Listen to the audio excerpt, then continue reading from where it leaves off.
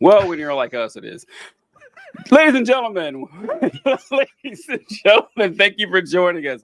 I am TJ Whitehead. Power is taken, not given. Oh, wait, we're having trouble streaming to Instagram. Oh, well, who cares? Whatever. Did you get that notification, John? No, I did not.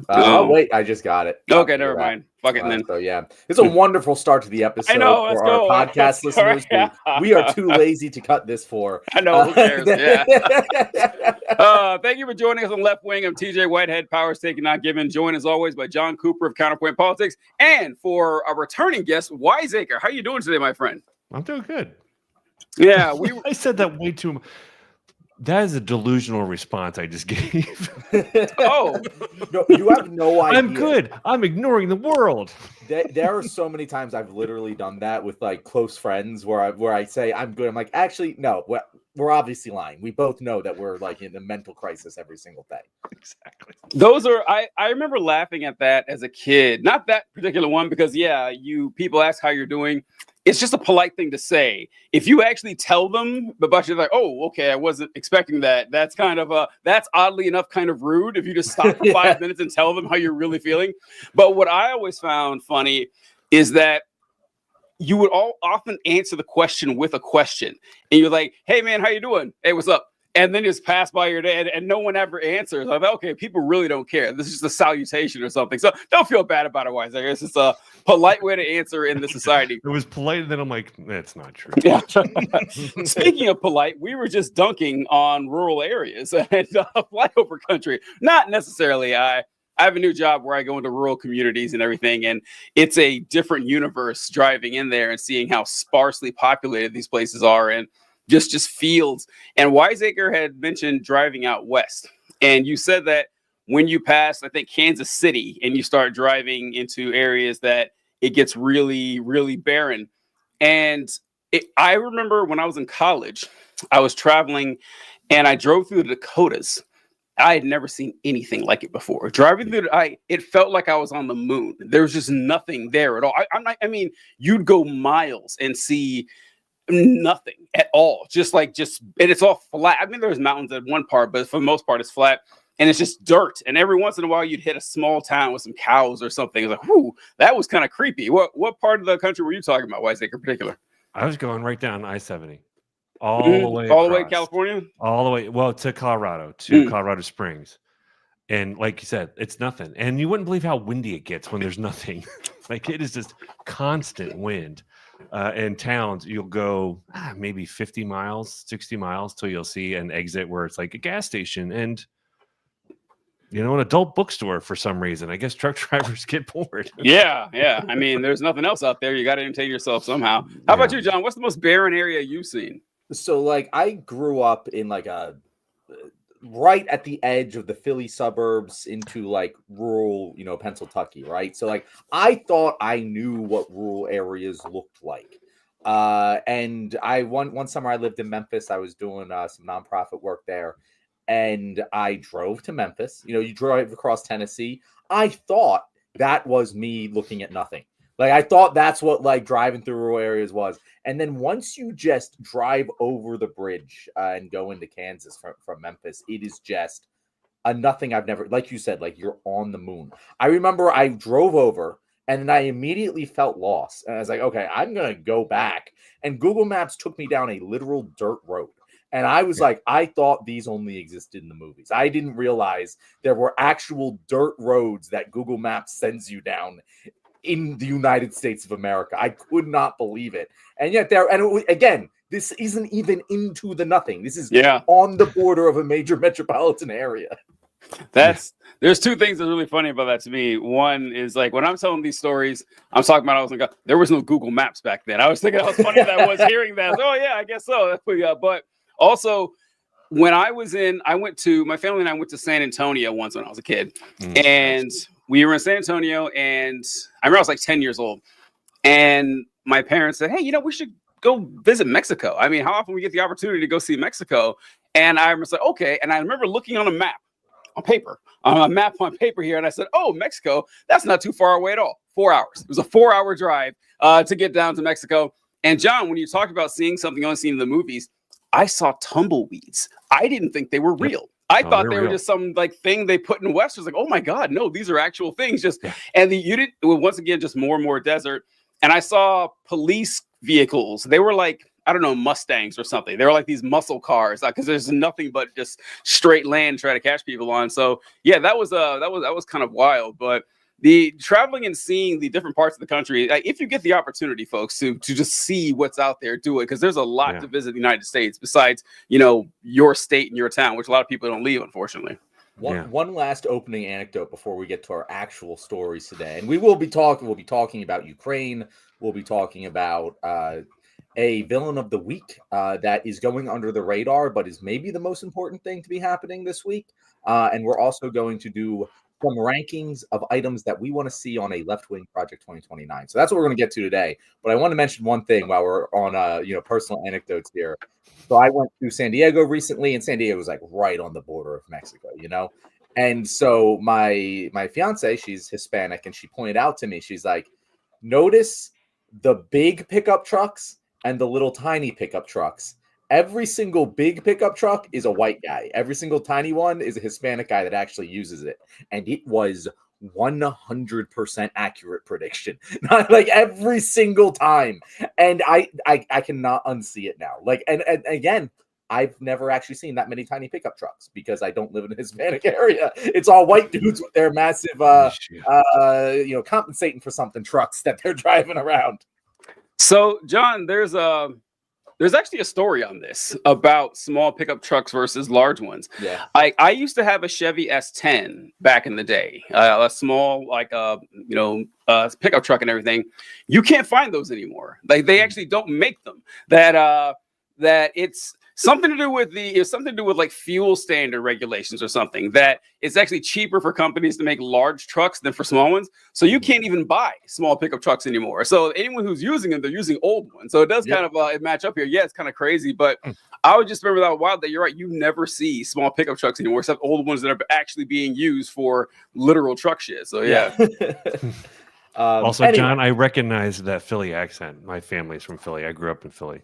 Thank you. Actually, I appreciate you recognizing my Philly accent. Because you say hoagie or Eagles or hoagie Eagles. I don't say water, but my dad does. I have a minor Philly. It's not a strong one, but mine's gone. I haven't lived there, and I left when I was 13. By the way, I don't know if you heard, but we won the Super Bowl. So I've been telling people. Shush.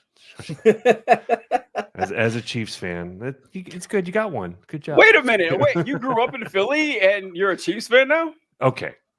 I grew up in Philly till I was 13. When I was 13, we moved to Kansas City. I lived there all through middle school and high school, so all of my sports all right, was in Kansas City. And they sucked. They sucked. They did. Yeah, you put in your dues. You put in your dues. That's the thing about Chiefs fans. They earned it. It's younger Chiefs fans, teenager Chiefs fans, you guys had your life. But anyone over the age of 25, 30, you went through the bad years before you got to the good ones. And we went to a game when it was the Eagles, the Chiefs in Kansas City, and we hung out with Eagles fans. That was great. We had fun. It was the game that the Eagles won when they were in Kansas City. It was a good game.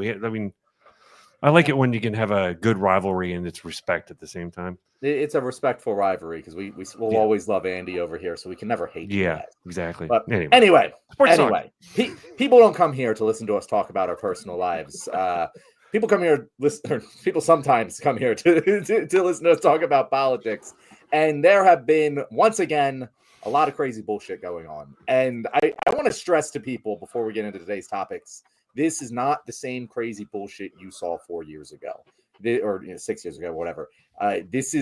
We remember that period of also being like, holy shit, this is crazy. What's going on? But this stuff is way more serious shit. And we're going to be talking about some of the most serious shit today, starting with the war in Europe over in Ukraine. So when Trump was elected president, one of the things that we said on the show is that Ukraine is fucked, that they are going to be in for a very bad time because Putin and Trump are buddies. And it has been very apparent for a while that Trump would side with Putin. And this week he has. He came out, he met with Putin. What was it, in Saudi Arabia they met all together without inviting Zelensky.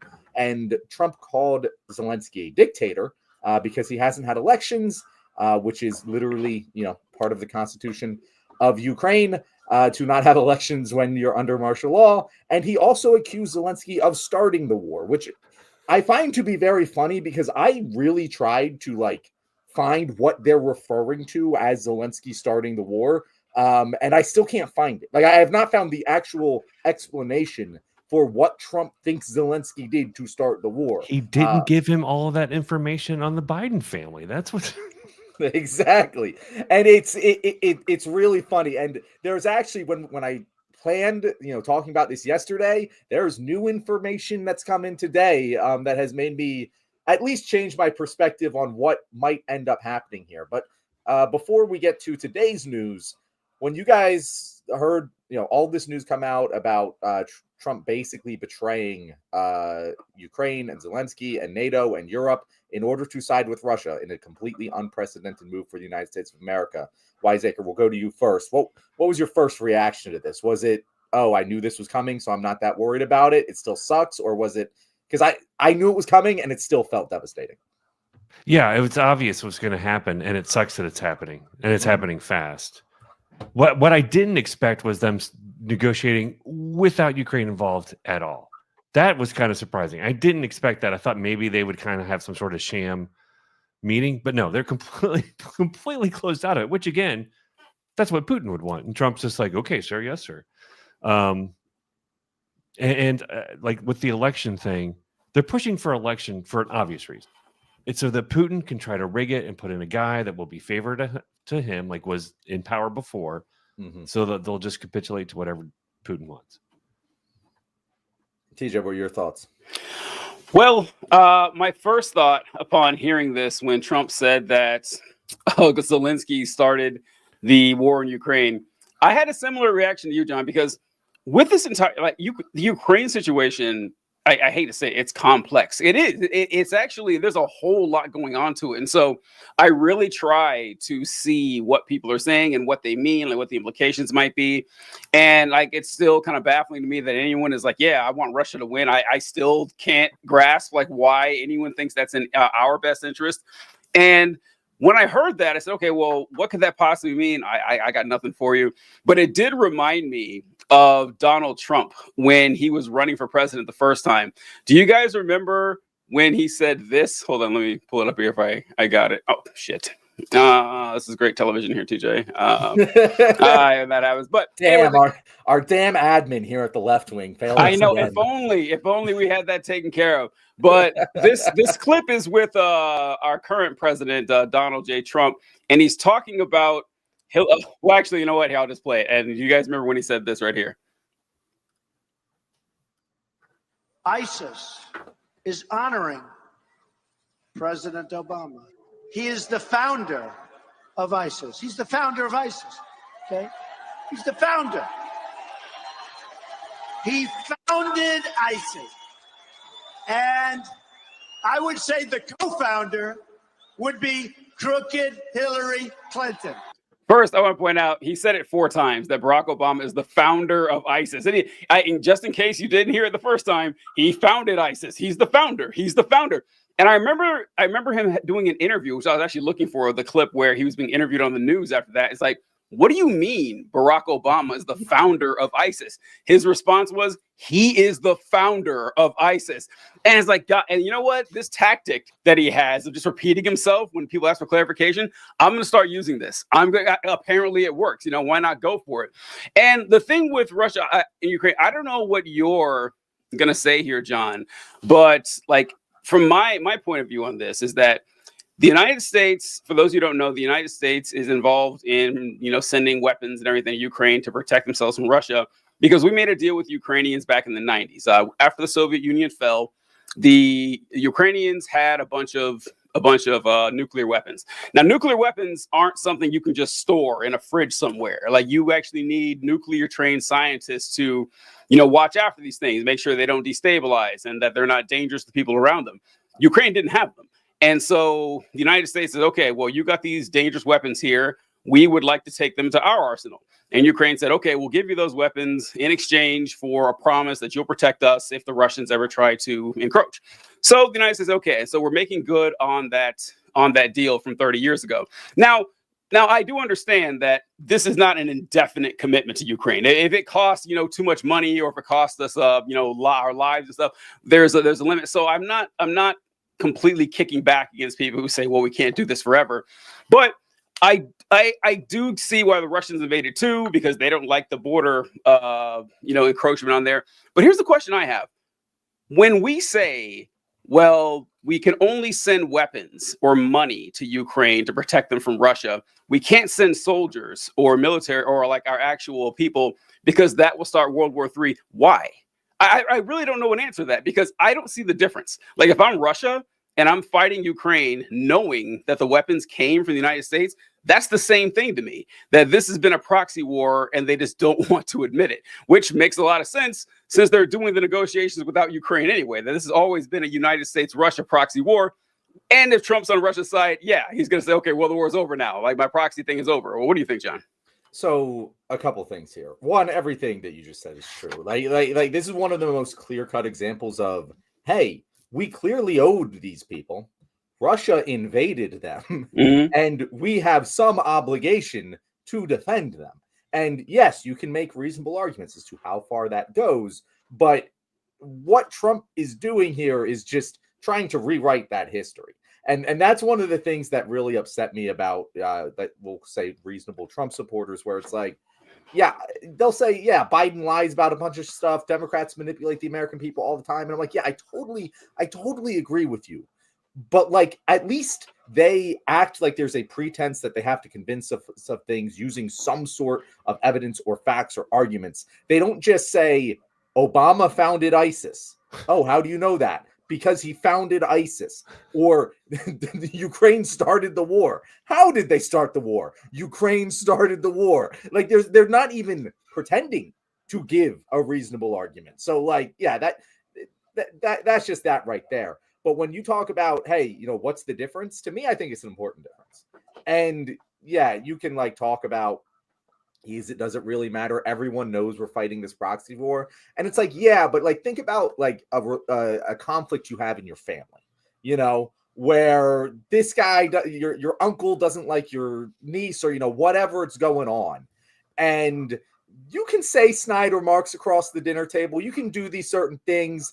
But if you escalate it into bringing up how your uncle got divorced 10 years ago, that's a major, like, that's going to shut down Thanksgiving. That's going to cause such big fights that, like, no one ever brings that up.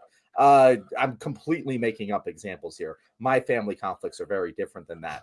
But the point I'm making here is there is a line that when things can be so destructive that it would just completely change the dynamics of everyday life, there is very clear lines of separation that you do not cross unless you are willing to fundamentally change the dynamics of everyday life. And when it comes to international war, what we have found, and this goes for decades before I was born, that you can fight proxy wars and the nukes aren't going to get involved. As long as the proxy war is being fought, as long as one nuclear power isn't directly fighting another, we don't have to worry about nukes. But as soon as that bridge gets crossed, suddenly the end of the world is on the table. So I do think there is a significant difference between a proxy war between nuclear superpowers and a direct war. And I think that's a very important distinction. What do you think, Weizsäcker? Yeah, it's an important distinction. We don't want to send soldiers because we don't want to have headlines of soldiers dying in Ukraine, because that would make it all that much worse. That's why we do proxy wars, is essentially because of Vietnam. We're trying to avoid that all again, unless it feels like a very, very, very, very, very, very, very winnable. We've learned the other country fights the proxy war. We're not doing the proxy war. We're unless it's like the other side. Unless it feels like a very easy victory, which there's no such thing. What's sort of terrifying is that we have now officially switched everything. We are no longer an ally to NATO or NATO countries. We are now an ally to Russia. And I had people in my comments who are Trump supporters saying, what's wrong with our president having a good relationship with our enemies. I'm like, oh, that's a slippery slope. Like, what's a good relationship mean? Good relationship? Do you mean just talking? We do that with any of our opponents, or do you mean like would you expect our? I mean, I guess that happened with England. They went and met with Hitler and talked and sat at the table. That's actually why England was so poor at responding to the threat of Hitler, because they were too close to him. And when was it Churchill who didn't ever want to meet him or talk with him because he didn't want that sort of ability to be charmed by him or anything like that? Mhm. And there's that danger of being too chummy with an enemy. And that's exactly what happened. It's exactly what happened. Putin got chummy with Trump. Trump was charmed, and now just the guy likes me and praises me, therefore he's awesome. And now that, I mean, I don't know how it's going to happen. I'm assuming they're going to try to tie some aid to Ukraine with holding an election, which will be rigged, that will elect someone who is going to allow to have further annexing. I don't know if it's the entire country or if it's going to be little bit by little bit. And we're just going to allow it to happen, which is going to put all this pressure on Poland and all the countries around them. What are they going to do? Because that just means Russia is now encroaching even more on all of these former Soviet countries that Putin wants back. So that segues us quite nicely into today's news that I mentioned earlier, because one thing that I think is true, and it's hard to speculate about any of this, like you said, we can't really know. We are in unprecedented territory here. We've never had a president as a rogue actor calling shots completely unaligned with Europe and NATO and our other alliances. We don't know what's going to happen here. But the very important thing is that if Trump was fully in Putin's pocket, it would kind of already be over. Like it would just be over. And something that is going on at the same time as all of this is Trump is negotiating with Zelensky on mineral rights to the land of Ukraine. Have you guys been following that part of the story? I saw Trump talk about it. Really obsessed with minerals right now. So, I mean, honestly, I will give credit where credit is due. Mineral rights to Ukraine is actually a really big fucking deal because of the potential value of the minerals in Ukraine that have still yet to be unearthed, especially looking forward into the future when we're talking green energy and being able to power ourselves in the future. A lot of the things that we used to develop, batteries and other parts of that electric infrastructure, there's a good chance there's going to be a lot of it in Ukraine. And so those mineral rights are an important strategic resource. So I don't necessarily disagree with trying to get them. But what Trump is clearly doing is he is strong-arming Ukraine, because there's a couple things you can say about Trump. He always wants to look like he's got the better end of the deal. So if he's sending all this money to Ukraine and not getting anything in return, he feels like a chump, and he doesn't like that. So he went to Zelensky. He sent his, I forget who exactly it was. It was a State Department representative to Zelensky, and basically gave Zelensky this agreement. Hey, you give us 50% of your revenue from all mineral ever sold from Ukraine in perpetuity forever. And Zelensky was like, well, I can't fucking do that. Not only because it would be illegal for me to just do so, you just gave me this. I need to review it with people. So Vance ends up going to him, and he says he with a revised offer, which is a little bit more favorable to Ukraine. And he's like, yeah, guys, I still can't do this. Parliament needs to get involved here. I can't do this unilaterally. And I shit you not. The thing that Vance said just completely floored me. And he said that that was news to us that Zelensky's team never told us before that meeting. It didn't seem like it was in good faith. They didn't know that Ukraine needed Parliament to sign off on that agreement. They did all of this. And they're like, yeah, we just didn't know that. And it seems like a sign of bad faith that you didn't tell us. And it's like, no, we expected the most powerful country on earth to just know that. And so this is an ongoing negotiation. And today it came out that there has been significant progress made. And it seems like, according to State Department intel, that there's going to be some sort of deal. And as you mentioned, Wiseacre, I don't know what's going on with the elections. I don't know what Putin wants, but it seems pretty clear to me at this point that Trump wants to cut some sort of middle of the wet line deal that makes him look good and makes him feel like he has gained something from over both parties. Well, and the State Department will definitely frame it that way too. I mean, we have to remember that too, is he has nothing but yes men around him, and they're not going to paint this in any shape or form that will make it look like Donald Trump is bowing to Putin, even if he is. Exactly. But the point is, if Trump's plan was to just bow to Putin, this is not what would be happening. He would just let Putin take over Ukraine. Putin's smart enough to know, though, you don't do this right away. Exactly. Putin. I have full faith and confidence in Vladimir Putin that he's playing Trump like a fucking tiny violin. Like, don't get me wrong. But the point here is the situation in my mind is not as dire as when this first news came out. And it's still an ongoing situation. But the thing I wanted to highlight here is the stupidity of Trump's reasoning of, hey, I need to get a better deal back from Ukraine. And in exchange for that, I'm going to blow up decades of U.S.-European diplomacy and strategic alliances. 80 years, yeah. It's insane to me that anyone is like, yeah, better mineral rights negotiations is worth blowing up all of our friendships. It's like these people don't think that matters. That is actually what they think. So, but it's not true. It doesn't make it true. TJ, what do you think? Well, I was, yeah, that's a lot going on there with Trump. So that's a decent explanation, I think, John, of like what Trump's plan might be here. I was actually kind of fixated on a comment that Kyle wrote over here about. I'm also interested. Like the chat seems like it's like 10 minutes behind right now. Like they're still talking about Trump. Kyle said, if U.S. troops are on the ground, then that allows within the laws of war for Russia to attack the USA.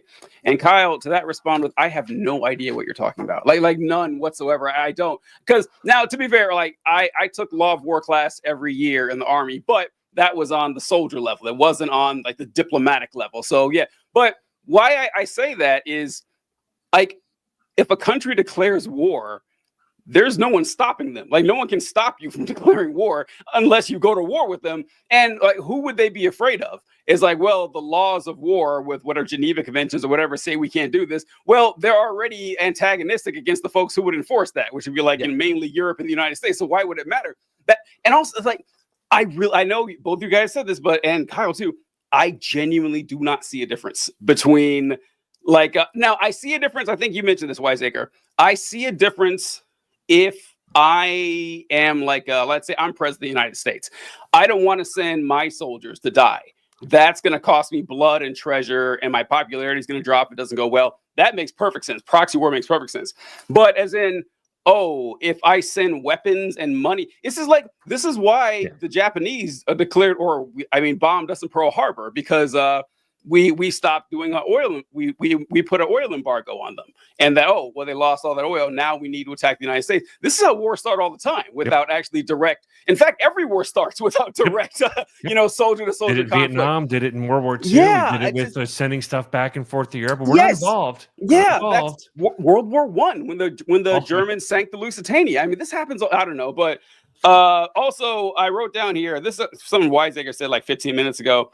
But you mentioned how that Putin wants to rig these elections and everything to get someone installed in Ukraine who's favorable to him. And I wrote down, you know what? Props to Russia for rigging all these elections. These folks, they have taken a page of the CIA, and I would be very proud of the work that they've done through all this. You got to give credit where credit's due, because shaping the elections of other nations is just what you do as a major power. Look what he's done in the United States.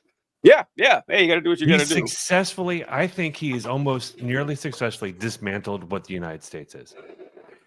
I think he is on that trajectory. It's what he's wanted to do since the Berlin Wall, since all of it fell apart.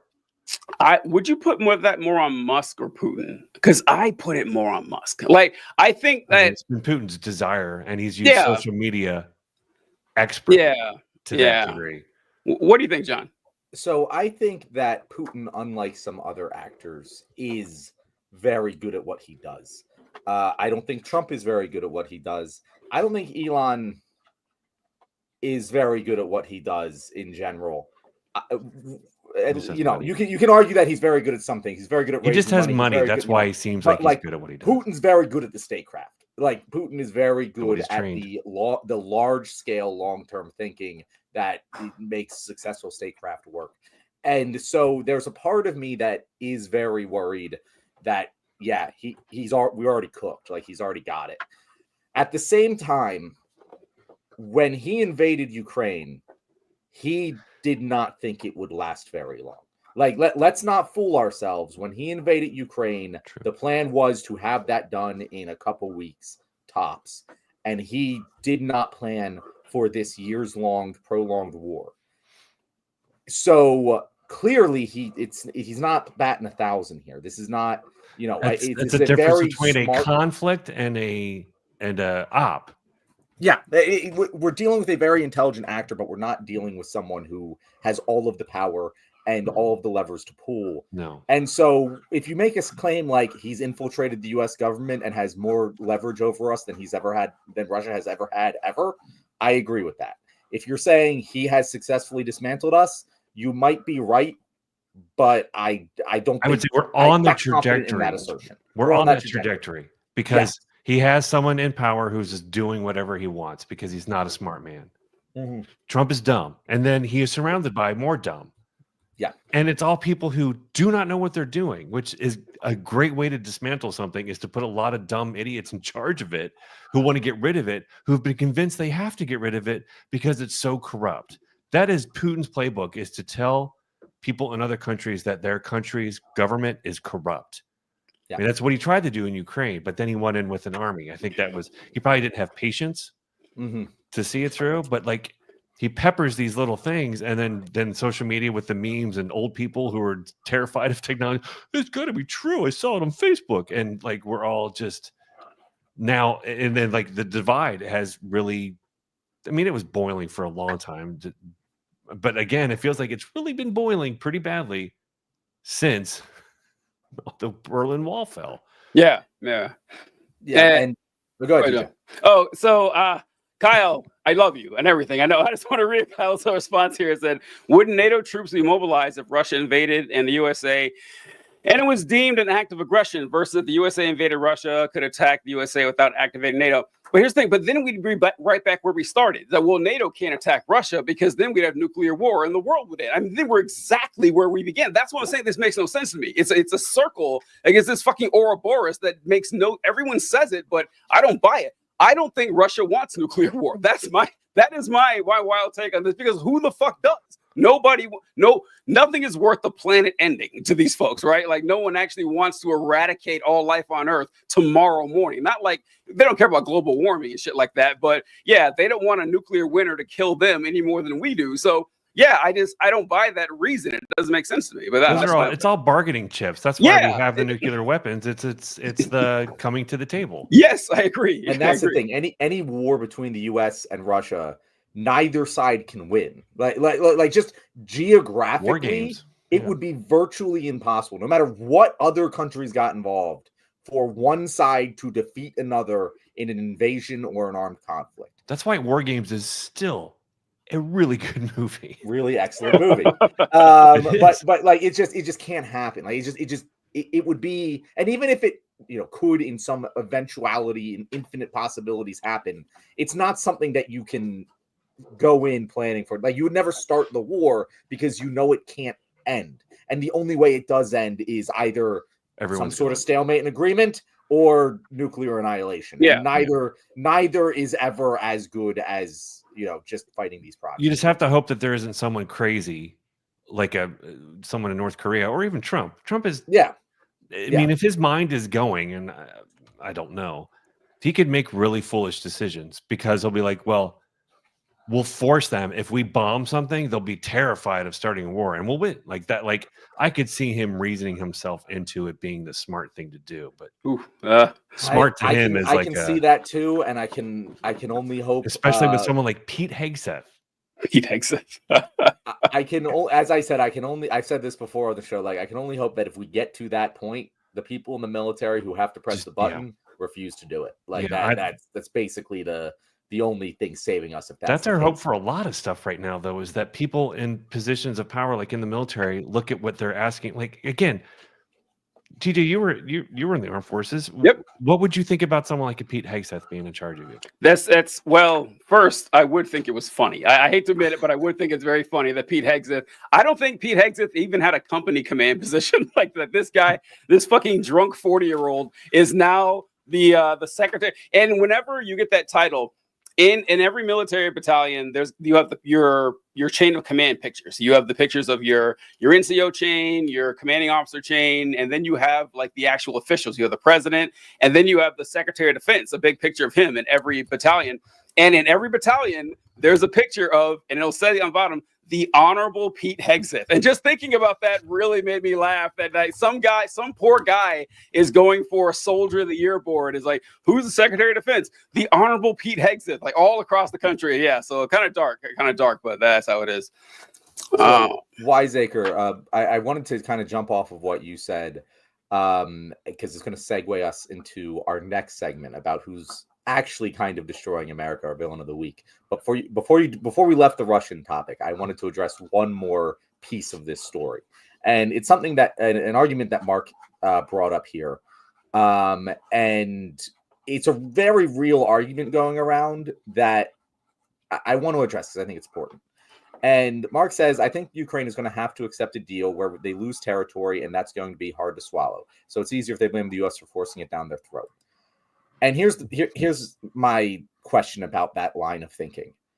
Why did that change now? Because if it's always going to be inevitable, why should we not fight to the very last breath to protect a democratic country from an invasion from a dictator? Like that is, to me, if you're going to spend all this fucking money on our military, we should be using all of those resources to protect democracies from invasions against ideological dictatorships. I don't agree with everything that happened during the fucking Cold War, but like that was the status quo. That like everyone fucking understood that. And I don't know what happened to this country where suddenly it becomes even like feasible to say something as cowardly as, well, it's nothing we can do about it. They're just going to have to give up land to the bullies and the invaders. The dictatorship, they're just too strong for us to beat. Like, it's so cowardly. And that is what it is. It is cowardly. Like, you are looking weaker than Joe fucking Biden. It's not very easy to fucking do. But, like, he stood up strong, with NATO. It's like the one thing that he did pretty good during his presidency that I can give him his flowers for. He did a couple of things, but like that's probably the biggest thing and the thing he cared most about too. But this argument that, hey, they're just going to have to give up land, like fucking why? Why do we have the largest, strongest military in the world if people just have to give up land when they get invaded? Like our fucking allies that we promised to protect. If my fucking buddy, if I told him I'd protect him and someone attacked him and I said, well, I guess you're just going to have to give up your fucking house to him. I'm not going to help you. It's fucking cowardly, especially when I have the ability to protect him. And have you guys had this? Because it has had a visceral reaction for me every time I hear that. And people say it with such nonchalance. Like, yeah, they're just going to have to give up land. Like, what the fuck? When has that ever been the case? Unless, like, this is like, I don't know. I don't have any proof of this. But it goes back to the thing I was talking about with the proxies, that the meeting between Trump and Putin without Ukraine is kind of what set this idea off for me and everything, that the United States sells out allies all the time, actually. I mean, when it's in our best interest, we absolutely will. And I don't think Ukraine's an exception. And like we were talking about, John, you were mentioning it with like the rare earth minerals, like, what if this was the plan the entire time? Like, no matter who, like, what if the plan was like, we know Russia doesn't like this encroachment by NATO countries or like the flirting with putting Ukraine in NATO. They're upset about that. And Russia, once again, like not defending Putin at all, but looking at it from the Russian standpoint, I would be nervous too. It's like I disagree with that, TJ. Really? Fuck. I would have no right to be nervous. Like, what fucking right would I have to be nervous? Like, again, no one's going to invade Russia. So what am I nervous about? If Russians started building military bases or they started funding like Mexico the and US Canada. The US would not put up with that. And that's my what, line that's is, what I'm saying. we should. My line is, it's bullshit. The way that what's it called? The fucking I forget. I've said it a million times on this show. The fucking hemisphere thing. The Monroe Doctrine. No, the Monroe Doctrine. No. Bullshit. It's hypocritical bullshit that we should stop. And I would feel the same way if I were Russia. Well, yeah, but I'm saying, but I'm saying, like, looking at it from their perspective and like how these things generally go, that's pretty much what every nation would do. They would start freaking out. It's kind of like that. I don't know if you've seen that picture of Iran, and it shows how many military bases we have circled around the entire country of Iran. So look how aggressive Iran is toward our military. And so I get like that standpoint from Russia, but now that they have this Ukraine actually going on, the United States, okay, well, Ukraine's causing us all this problems anyway. If we could let this happen and then maybe squeeze a deal out, like, hey, we'll help. Once again, I have no idea if this was actually the whole plan to begin with, but the fact that this is happening does kind of raise alarm bells that, maybe the plan was to extract the stuff from Ukraine anyway to get a better deal. I have whose plan are you saying? It was Russia's plan or our plan? No, the United States. Actually, do you think Biden thought that going into it? Like, hey, I don't know. I mean, I don't. I really don't. I don't know if because this again. Let's not forget, Russia already has invaded Ukraine and took Crimea. It's not new. Like, why didn't it happen then? They were aggressive and started a conflict then, and they're doing it again because of the exact same thing that's happening now. It's just kind of like, I guess Russia just takes land now. I get like this kind of a shrug of what people are like. If they really want it, we don't want to go to conflict. They might as well just take it. And so now Russia's like, I guess no one's going to really come after us for doing what we did in Crimea. Let's keep going. Yeah, and they're right. I think they're right. Like to me, it's like the same argument of like, yeah, we should appease Hitler when he took Poland. Like that's exactly what's happening. What England did, yeah. We kind of appeased Russia when he took Crimea, and he just took more. All right. So maybe I was uncharacteristically inarticulate. Explaining this right here. What I was trying to say is that this is true. That Russia knows what, like we said at the beginning. Well, they can't send troops that will cause nuclear war. If they know that, why wouldn't they keep doing this? And if we know, well, we're not going to send troops because it might cause nuclear war. Well, let's just make the best deal out of this that we can. Like I don't know But to your point, also what I think John was saying, like, Russia is not showing a very good hand in this conflict. Like, they are not doing well. They aren't. I know. And if we really, which is what, I mean, I'm not like a pro-war, let's all fight, but if we really put our muscle behind it, just us, could you imagine what like, I'm not so sure, but like, Russia's having a hard time with Ukraine. If we went behind it with everything we had, it wouldn't be good. Let's say that right now. It would be mass destruction. There's two ways. But would it end it? Would it be like, this is done, knock it off, Russia? Like, like you have to stop a bully from bullying. Sometimes you got to punch him in the head. It's a horrible dilemma that Russia's forcing. I agree with you, TJ, that the only reason that we're defending Ukraine is because it's strategically advantageous to the U.S. Like we do with that's the only reason. And if it wasn't, we wouldn't be doing it. I agree in the first place. But to what Weisiger just said there, we are successfully defending Ukraine for a pittance. Like it's a large sum of money and stuff, but compared to the return on that investment is massive. Like, because Trump wants to do it strong arm style. Trump wants to be like, hey, if you don't give us this right now, we're going to let Russia eat you. And I would argue that was kind of like that was the deal, but we do actually have to defend Ukraine. Like, I don't think Ukraine was ever not going to give us something in exchange for for sure. Works. But Donald Trump needs the headline. He needs it now.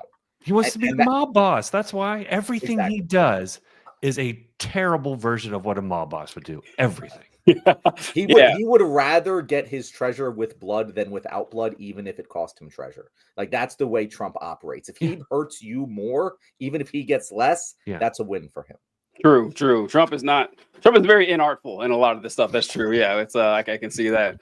Before the next topic, John, I wanted to bring this up here because it kind of goes into what we were discussing here about United States conflict and everything. So Weisiger, a year and a half ago, I was a guest on the show, And I remember doing an episode, John, I don't know if you were there or not, but it was Ron DeSantis, I think. And Ron DeSantis brought up that if he was elected president, he would go to war with Mexican drug cartels. I don't know if you were on the show for that episode, John, if you remember that or whatever.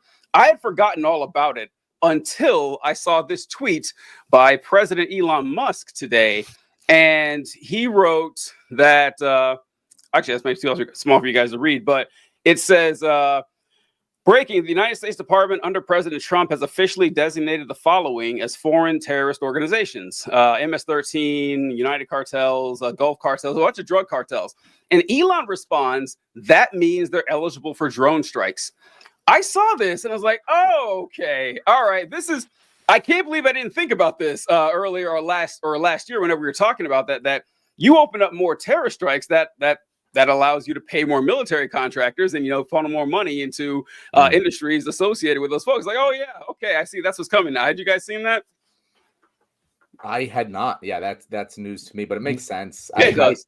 It's unsurprising. Well, Trump's even said that to some degree that we need to go into Mexico and invade and take out these drug cartels. I'm like, cool. Is Mexico all right with that? Mm-hmm. Well, yeah, and like drone striking other nations too, like violating their sovereignty. It's something we casually do, but yeah, the Republicans they like to violate people's permissions. We don't usually, TJ. We don't usually like drone strike people that can hit us back. Like we usually drone strike people who are so far away that they cannot hit us back. Yeah, they're right on the MS-13 can hit us back. Like they can. It's physically possible for them to do so. So I would be, I'm going to go out on a limb here and say I'm against military action in Mexico.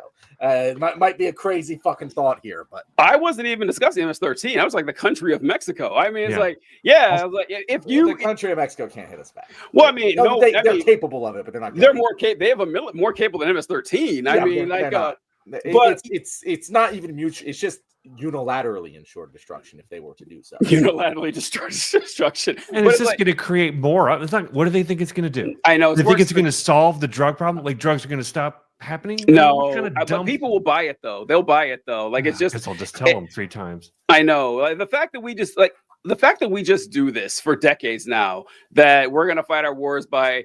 Not even fight the wars. Like, oh, there's someone we don't like, Anwar al-Awlaki or something. We'll send a drone to a different country and blow the shit out of somebody. Imagine if anyone did that to us. If anyone said, oh, look, this white nationalist group, that's bad news. And they sent a drone over to Nebraska and blew them up.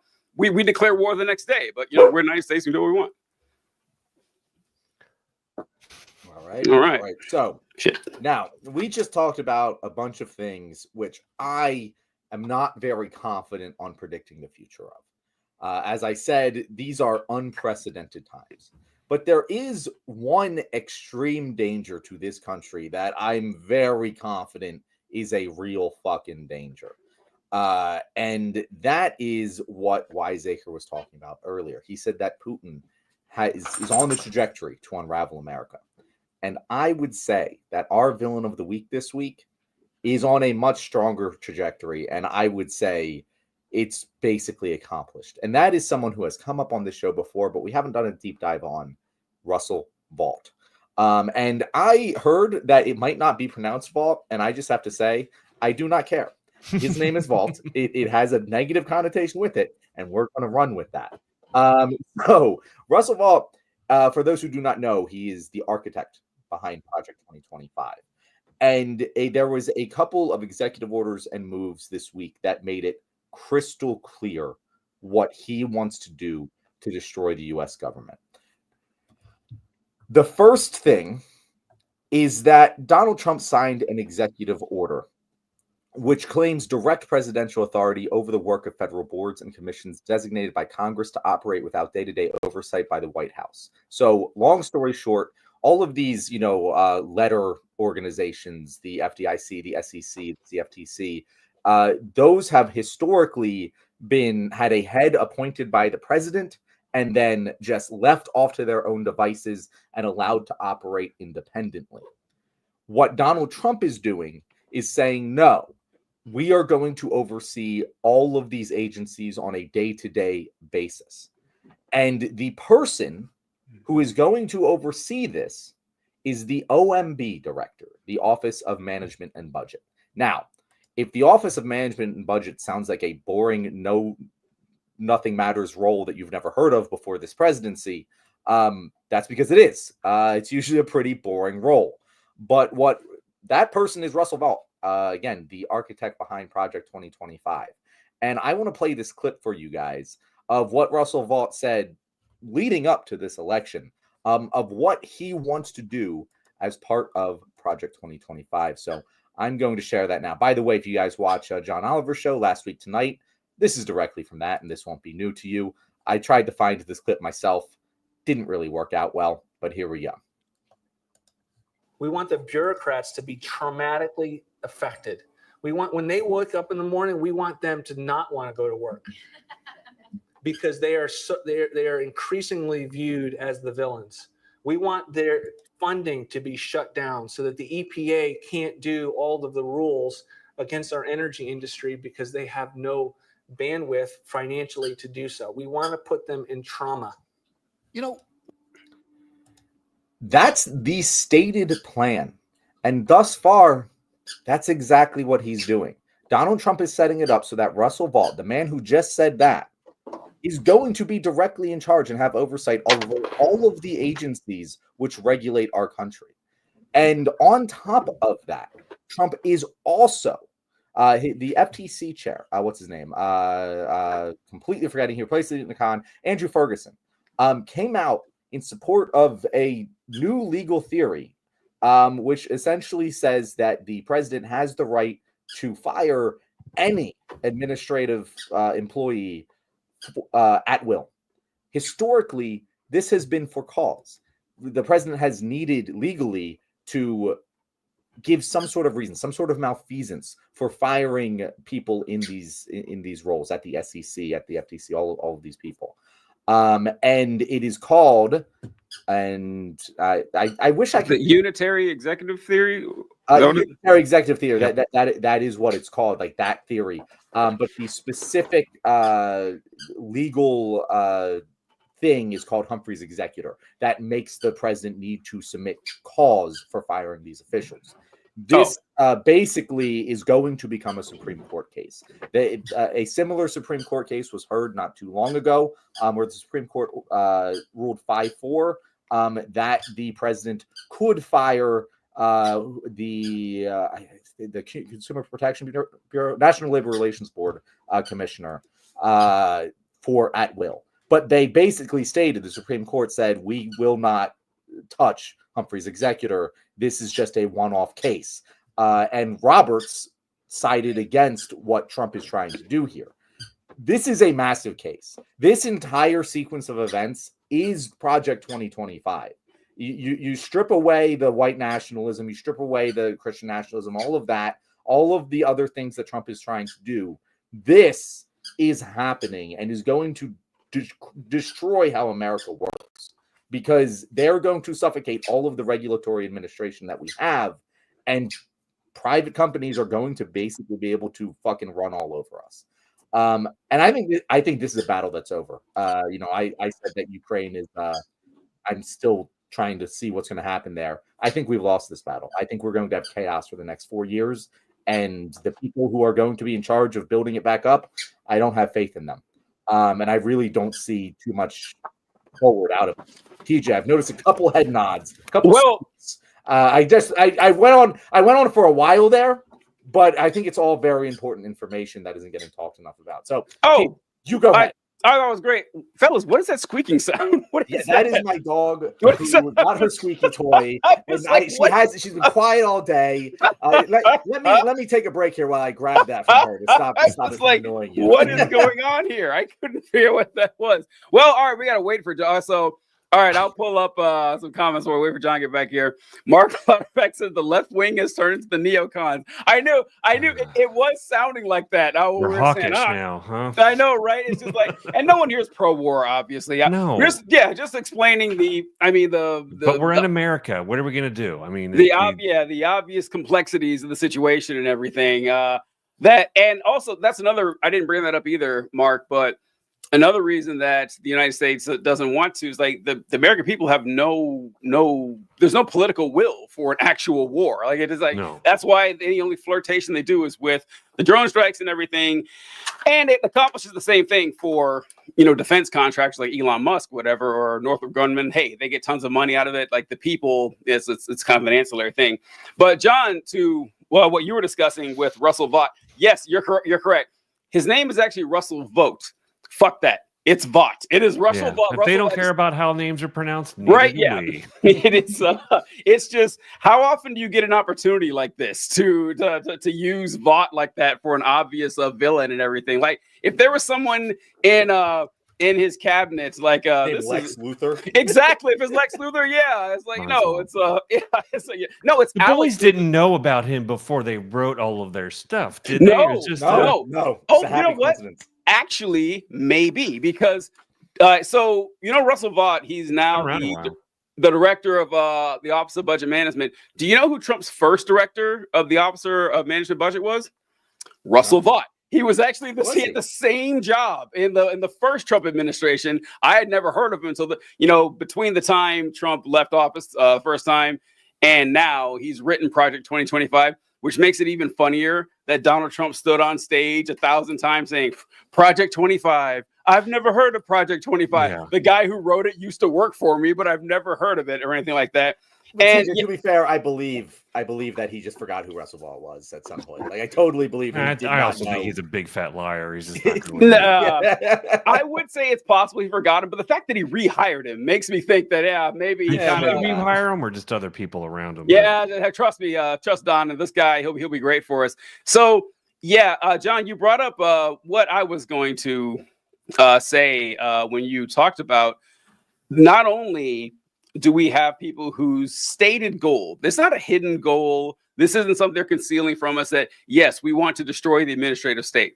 And this has been like open secret's the wrong word. It's like Republicans always say this, that they start off by saying the government is bad. Everything that the government provides is shoddy. It's not up to standard.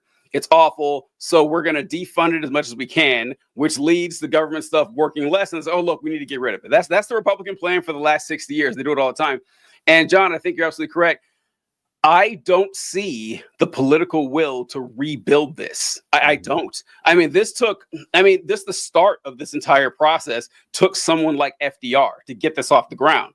And then it became a monumental success, and people are like, "Oh, this is actually making our lives better." You created our standard of what we call the middle class and everything. Sent a lot of returning white soldiers to college and everything, and got suburbs for white people, and so all this stuff got off the ground. It's like, oh, this stuff works pretty well for us. And now that someone's willing to break through the political will of tearing it apart, no matter what.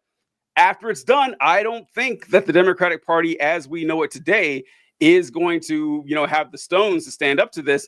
And I just wonder how much damage is going to be done here. Let's see if I can share this with you guys here. I saw something shared about a notification, I think, that for Medicare. Let's see if you guys can see this. Ro Khanna shared this, that Medicare will no longer cover telehealth services as of April 1st, 2025. Medicare will stop. April Fool's Day joke.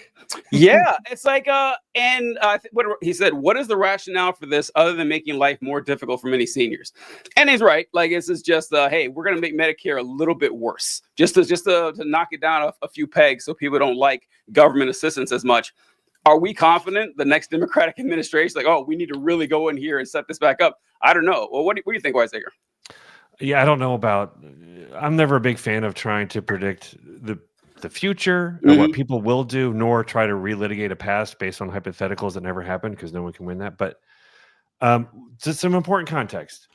Project 2025 is a plan that went back to 1980 when the Heritage Foundation first did its contract with America with Ronald Reagan. And that's where the unitary executive theory was born. Mm-hmm. And it's taken that long for it to finally, because all they've been doing is just knocking down walls and pillars and supports, and just for 40 some years, they've been doing that. And now it's already come to fruition because they've successfully finally flushed out the people who were there to try to prop up our structure. They're gone now. They're out, and that's why it's all crumbling now, is because they've been working on it and working on it and working on it with the Heritage Foundation, with what's the guy that does all the judges for what's his name that has the list of judges? I can't remember his name, but they've been working. Paul Weyrich, who thank God he's dead, but he worked with Reagan and with Heritage Foundation and with the evangelical Christians to band them all together. Why? It's pretty easy. It's because Christians already believe in things that aren't provable, and they already dislike a liberal mindset because it's pushing out of our religion and our. So like it's just been this coupling of these groups, all white people for the most part. Let's be real. But Nixon tried to do it with but he didn't do it well, and he also did some really weird things that you would like, EPA and whatnot, but. So it's not been as if this is just a sudden thing that's happened. It's been happening, and it's the slow boil. And all they've been doing is completely reshaping the Republican Party to be something that cares about governance, to a party that is nihilistic and fatalistic. Nothing matters. Everything's going to be bad anyway. Who gives a fuck? I mean, that's really what their attitude seems like. It is. They don't care. They don't care what happens to anybody. They think they're going to be fine, because they have a new heaven and new earth to look forward to, because almost all of them are Christians. Literally, almost all of them are. Trump isn't, but he just wants money and power. That is actually really funny that Trump, that I always joke that it's really funny that our first almost guaranteed atheist president is Donald Trump of all people. It's like, how ironic is that? And I wrote down, Wiseacre, man, you gotta be careful here. You're chasing away our solid white Christian follower base here. Like all the people, I mean, we rely on these people reviews in this channel. Right, but sure. Hey, it's what I grew up in, man. I know all of it. I grew up evangelical Christian. I know this. I know their mindset.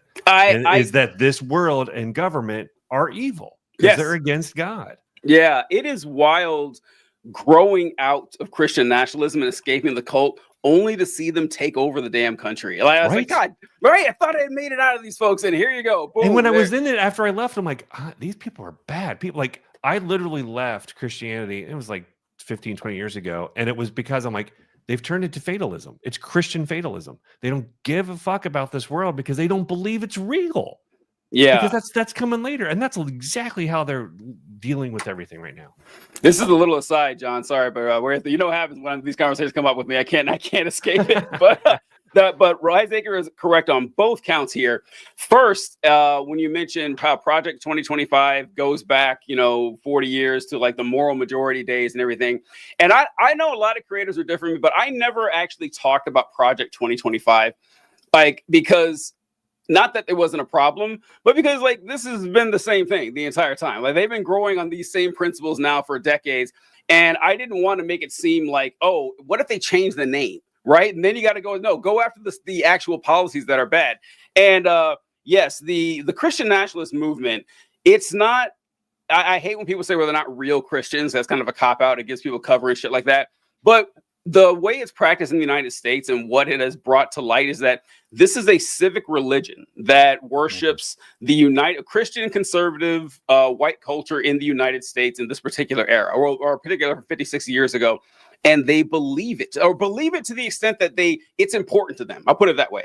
It is very important to them that they create a society in which women are subservient to men, and they're coerced into submission either by law or by culture, that minorities know their place, that they have a society that worships this idea of physical labor and eschews any kind of intellectual improvement, that no one asks for handouts, that bosses control everything, and that the morality is not horizontal. The morality is vertical. It comes from the top down. You do what the boss says, and the boss is God's representative. They want this. And this is why I get annoyed when I see all of these fuck around and find out videos. There is no finding out going on, because you guys don't realize it. You don't fucking get it.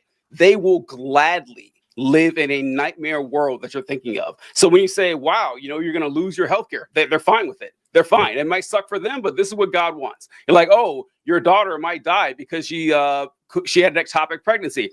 Hey, that's God's will. I'm gonna see her again one day. There's no convincing folks unless they leave that faith and leave that philosophy. They're gonna hold on to the rest of that stuff. You have to defeat them. Defeating them is the only answer here. There's no persuading them. So sorry, John. Go ahead. What were your thoughts on this? So I know I just said, and by the way, Wiseacre, this is a conference we talk about, Christianity, Christian nationalism, evangelicalism, a lot. And I very much stand on the stump of I don't believe religious people are telling the truth. I don't believe 98% of them truly believe any fucking word of their religious belief. Because how could they? How fucking could they? It's insanity. They might say it, but if you put Wonder Woman's lasso of truth around them, I do not think it's all built on fear. You'd be shocked what people would do for being afraid of suffering in hell for eternity. I get that, but I also I didn't grow up evangelical. I grew up Catholic, but I grew up with that shit. John, how many evangelicals have to even tell when you I this? said I believed it, I didn't fucking believe it. We didn't even think you were Christians. I'll put it that way. I told them that. Yeah, well, I mean, we didn't think you were Christians either, so that feeling was mutual. By the way, I was trying to think of Leonard Leo and the Federalist Society. Sorry. Yeah. But anyway, I agree with what TJ said very much, that even if, whatever you say their belief in God, they very much believe that it is important for American society to be structured in this way. They believe that deep down in their core. And the thing that I would like to say, as much as I did just say, hey, it's over. Hey, I don't see how the current Democratic Party could ever rebuild this because it is being destroyed. And we're going to need to find a way to bring it back at some point. I'm going to give my optimistic case for hope here. And that's that maybe, just maybe, the people doing this are incompetent. And while they have successfully gained the power to do this and are going to do a lot of damage just because they have the power to do so, they are using the Trump term 1 playbook of flood the zone. They are putting so much shit out there, grinding the gears so that they just don't work anymore. But currently, they're doing that through executive order. And the funny thing about executive order is that if they can't retain the presidency, it can be very easily flipped. And even under the current Democrat, even if we got another, normal establishment Joe Biden type, there's going to be the political will to unflip every single Trump switch he made with an executive order. It'll be day one you'll have the political will to do it. Actually getting it refunctioning again, that's a whole different story. But at least the executive orders will be destroyed. And so the point here is, it's not, unless our entire ideology is incorrect, destroying these things is going to hurt a lot of people. And while the true believers are going to just believe whatever their pastor, whoever tells them, whatever Trump says, that's not enough to maintain power. And we've already seen Trump's approval rating starting to go in the free fall. And we don't know where it's going to end. But if he's unable to maintain his political leverage over 5 Republican members of the House of Representatives, he suddenly lost the chamber. He suddenly no longer has the trifecta to do everything that he wants. And so there is a legitimate case to be made that these people are incompetent. They're going to flood the zone, but they're not going to have the ability to do so in a way that has lasting teeth. And so what they might just do is awaken the political will to rebuild a New Deal. That is my optimistic case for what can happen here. A lot of fucking people are going to get hurt, and I'm not, by any stretch of the imagination, making the accelerationist argument that that's the best way to accomplish these goals. But they might just be the ones fucking around finding out. What do you think, Wiseacre? Yeah, I agree with you that they are incompetent. I mean, that's an obvious thing. That's our saving grace, is that they're dumb. I don't know if you've ever read the book, The Fifth Risk. I highly recommend it. It was written before the first Trump presidency, and thankfully there were people in place to prevent everything the book talked about. But what the book talked about is now what's happening.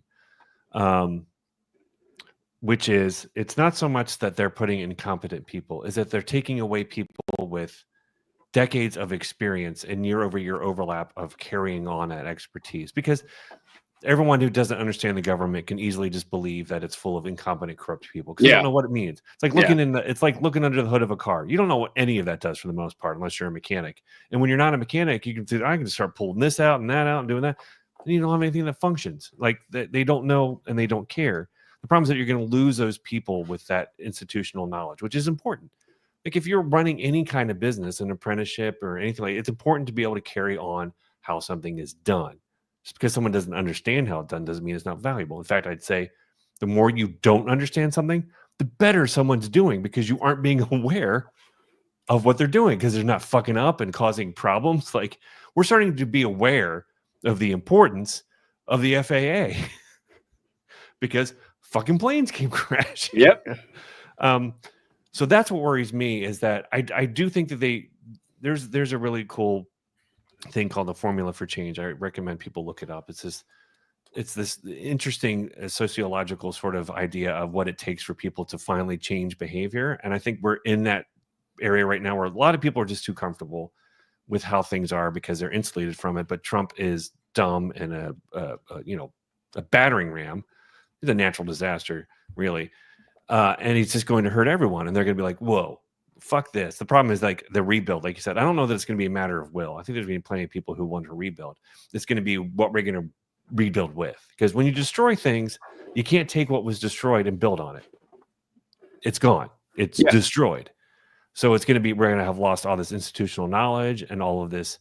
Like the whole thing with Elon Musk and them saying that there's 350-year-old people that are receiving benefits. Yeah. They don't know anything about the institutional knowledge of how it was built on this really old programming system that had this auto date substitute of 1875 or whatever it was. But like, that's gone. Like we're going to have to hope that we can retrieve materials that weren't destroyed that talk about like that's what worries me isn't so much that we will lack the will. It's that it's going to take a lot. Like when we were a small country of 2.5 million people when we started, it's a lot easier to start with that few people. That's the size of where I live. 330 million people trying to get them to coalesce and rebuild something is going to be colossally hard. Yeah, I agree 100%. Just like he's like cutting them out and saying, hey, we're firing all these folks and watching it collapse. Oddly, people will adapt. It might suck, but people will adapt. And then someone else getting back in. These folks that they fire, they're going to find different jobs. They're going to have to survive. So 5 years from now, like they may not be available. And like finding people to replace that is going to be quite a big issue. And I saw, Lady Lavender says that's why she left evangelicalism, Christian nationalist, the cult. Of course, we had a comment for Wolfie here. And John, you're getting yelled at in the comments here. Oh my God, John could not be more wrong. I want to address what Conservatory of the Ozarks says here, because he says people I grew up with believe that you do not need to leave your husband who beats you. If your husband molests your children, you should stay married and visit him in prison and forgive him. Being happy or healthy in life is irrelevant because this life will be over in a blink of an eye and don't have all of eternity to enjoy the rest of the loved ones and unending God's favor. Yep. And he said, I remember when I was a child praying over and over again that I could die a martyr because then I knew for sure I would have a guaranteed crown for what Jesus' feet and who cares about death. Now, here's where I want to provide the nuance here in my take. I agree with statements 1 and 3 there. I agree that people believe they shouldn't leave their husbands when they beat them. I believe they believe that. I believe that children actually believe the religious shit.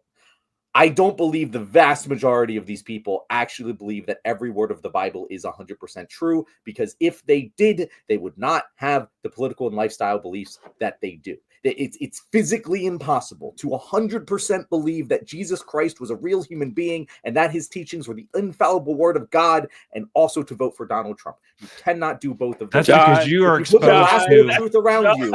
If you put the lasso of truth around you, one of those things would win out, and it isn't fucking God. But they aren't accessing information that ever puts that in doubt. They're on an island with a moat around it, and they're telling people, if you get near that moat, you're going to die. I know. Literally that you're going to die. And people are so terrified because you lose. Here's the truth: you lose an entire community, entire identity, Yep. an entire support system. Yep, and that's why I don't believe them. There is There is a lot of that, but people are also much actual punishment for them leaving that I don't believe they actually believe. I believe no, you're not wrong in that. There's a lot of people that do it out of fear, but there's also just a lot of people who are dumb and don't ever think beyond the most immediate. We see that true in elections. There's true believers. Don't get me wrong. But I would say that's absolutely true. What you're saying is 100% true for everyone that's in this administration claiming to be a Christian. That's true. Yep. They do not buy almost all of it. They don't like Jesus. In fact, they don't like the United States. I always go at people now who are like, Donald Trump's going to make America great again. Like, he hates America. You hate America. You hate everything it is. You don't believe what the founding fathers stood for. You don't believe what they believed in. You don't believe in checks and balances. You hate the Constitution. You hate the fact that they didn't want to have a monarchy. Like, you hate this country. You just do. And they get really mad. Like, yeah, true. I wanted to. So you said statements 1 and 3. Did you have a problem with this one? Being happy or healthy in life is irrelevant because this life will be over the blink of an eye. Yeah, I don't believe they actually believe in eternity. Oh, I don't. They do. The thing is, they might say they believe it, but they do. If you put the lasso of truth around, they'd be like, "I'm not sure." It's the what's that bargain called? Where it's basically like Pascal's wager. Yes.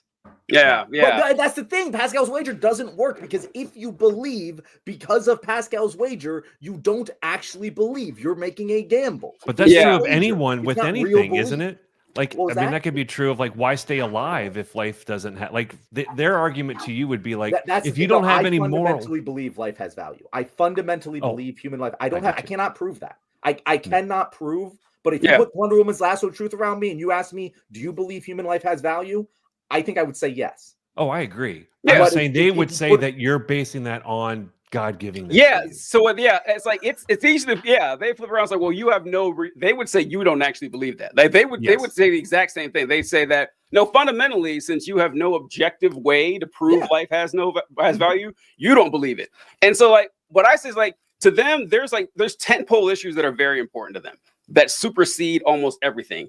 Abortion is a huge one. And so they will say, listen, if you pin them down on economic, they don't fucking understand that shit. They don't know. They know that this is what they've been told is right. And that's what most Americans think anyway. That capitalism, it's flawed, but, it's like the Tina thing. There is no alternative. Like this the way it has to be is delusional. Think about social stuff. So abortion is huge for them. And so nothing in their mind is bad enough about the Republican Party that is any worse than Democrats slaughtering hundreds of thousands of people a year. Now, once again, abortion, if we got literal about it, they don't really believe that abortion's murder because they talk to people who have had abortions. They don't say they should be thrown in prison. There's a creator on TikTok named Carbon Says who had a great analogy on this, that why are Republicans complaining about gas prices when they say that abortion is murder? Like, imagine if there was some guy chucking 5-year-olds off a building, just doing it, just as hundreds of thousands of 5-year-olds. You would never stop talking about it. You wouldn't give a shit about gas prices. So you don't really think it's murder either, but in their minds they do. So I'm saying, like, I know it doesn't make sense, but they do believe it. That's because I was there. I was one of them, and I believed it. And so I did. I'm assuming and they say it when there's like nothing to gain from it either, like with their friends or family or whatever. It's brainwashing. Yeah, it's literally like I was born into it. I had no escape from it. So it was literally wired into how I think. So like, and that's a lot of people. They're born into it. And there's obviously people that convert, but it is brainwashing. It literally is. Where your brain hits a wall where it will not accept the fact that you could be wrong, because that's terrifying. I agree with that. I agree, but I'm saying, like, if you could make them, if you had a magic Wonder Woman's lasso and you put those beliefs in contradiction, the belief in religion and the afterlife and all of these mystical shits, that would fall first. That would lose to the other beliefs. Which Mr. is why Shits was my band in college. Again, I could be wrong about this. This is for, like, I look back, like, I also grew up in a very religious, like, upbringing. Not like crazy evangelical church, but like very much like I said I believed this shit, and I can look back at myself and go, no, I didn't. No, I agree. I was lying to myself. And I think that most people are like that. Oh, Lady Lavender says false. They can, just like there's racist Christians all the time. I do point this out a lot because Kyle says something about that a no true Scotsman thing. You see this a lot with Christians because like when you point out the bad things Christians do, they love saying that. Well, those aren't true Christians. They're not real Christians. Yeah. They always have an out. Yeah, as if you couldn't just pick any point in the last 2,000 years and say, wow, look what these Christians did. I mean, there's name your Pope from like, from 1500 backwards. Yeah. That should be a new segment, TJ. That would be great. That's our next segment on Left Wing next Thursday, the Pope folks. Is right. I would do badly. So I like the Pope names, like Justice or Sixtus. Pius. There has never been a Pope Sixtus the Sixth.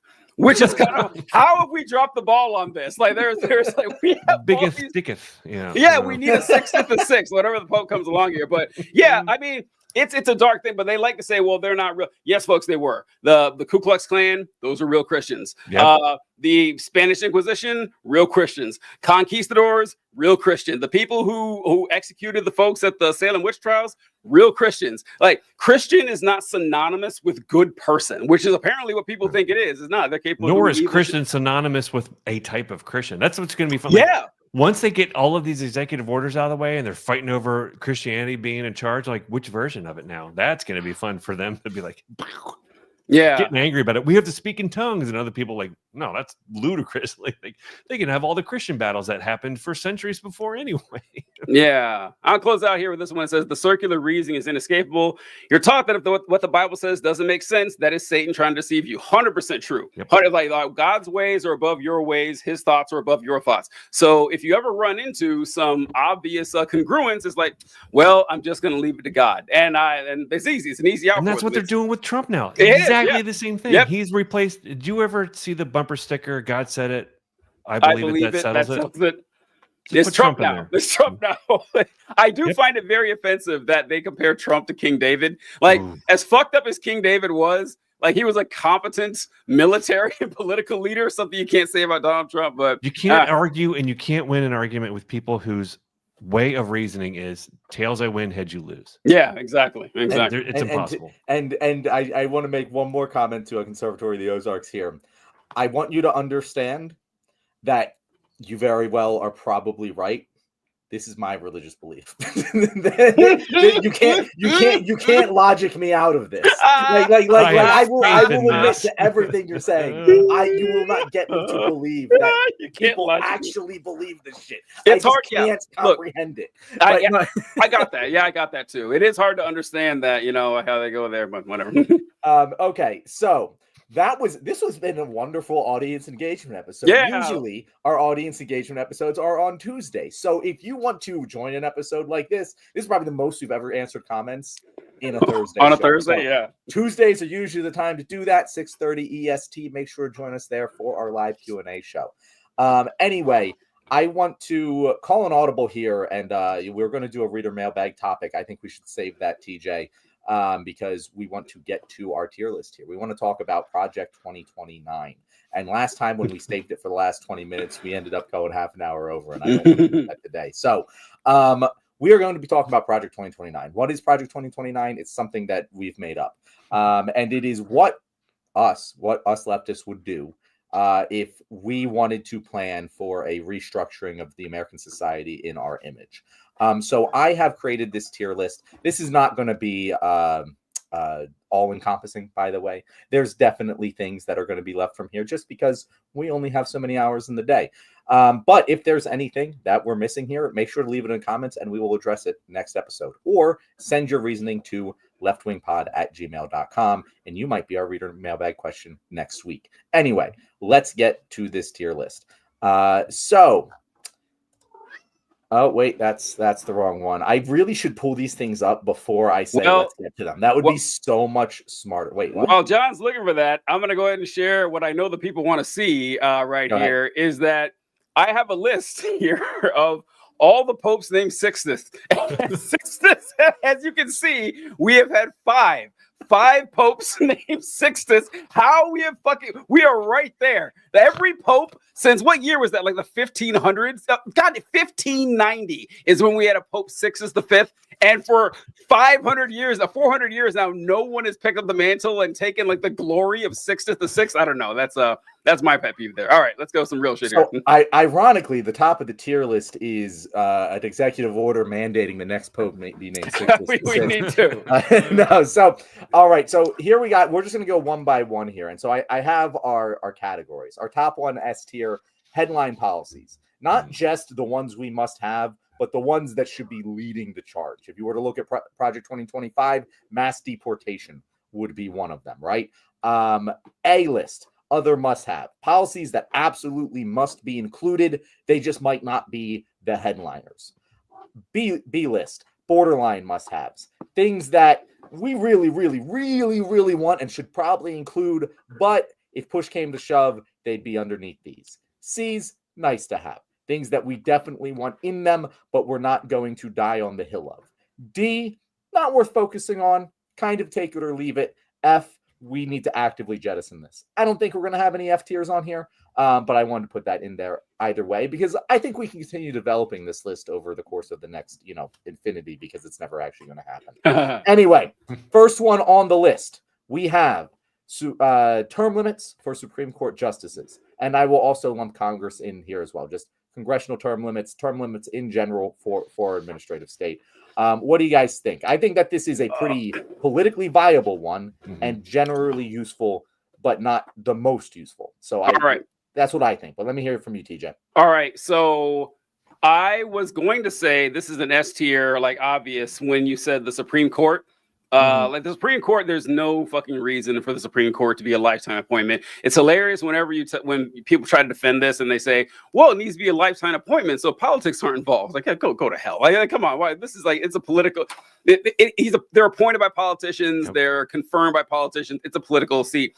However, I don't agree with Congress being term limited. I don't see a need for that. And I don't think it would solve any problems. Like for the Supreme Court, if you gave a Supreme Court justice 15 years, like boom, you're on the court, 15 years, you're up, then it's good. You're done. That doesn't really have any conflicts there. But for Congress, like that, I don't think the fact that congressmen can serve for as many times they're elected is really the issue. I think that it's the donors that get them involved that actually cause them to be, bad or whatever. So if they're termed out, those will be replaced by another one funded by the same donors. It won't change anything. So if it's for the Supreme Court term limits, I'm all in. Congressional, I don't really care. Age limit, yes. Term, no. What do you think, Weiser? Yeah, I don't know. I mean, I would maybe put it A tier, but I mean, there's other things that play like life.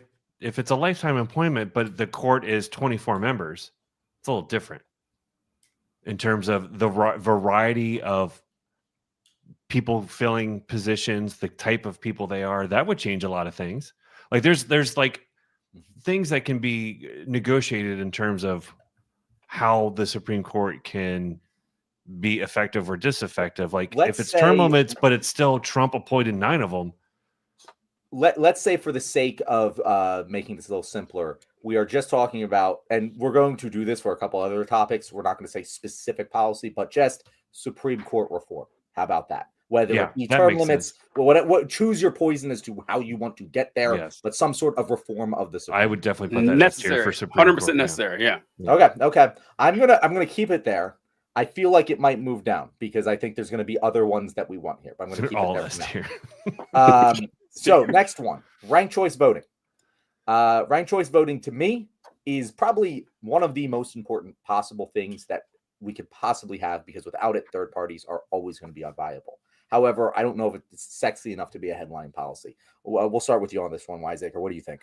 Well, obviously, we can't do that unless we get rid of the Electoral College, which would take precedent over ranked choice voting. Because if there's still the Electoral College, ranked choice voting just becomes a way of picking the 2 candidates, which that's fine. You're still only going to have 2 candidates in the end because of the way Electoral College works. Because when you have too many candidates, then you don't get enough electoral votes, which means then it goes to the House and they get to decide on who's president. And that all depends on the coalition of people in Congress.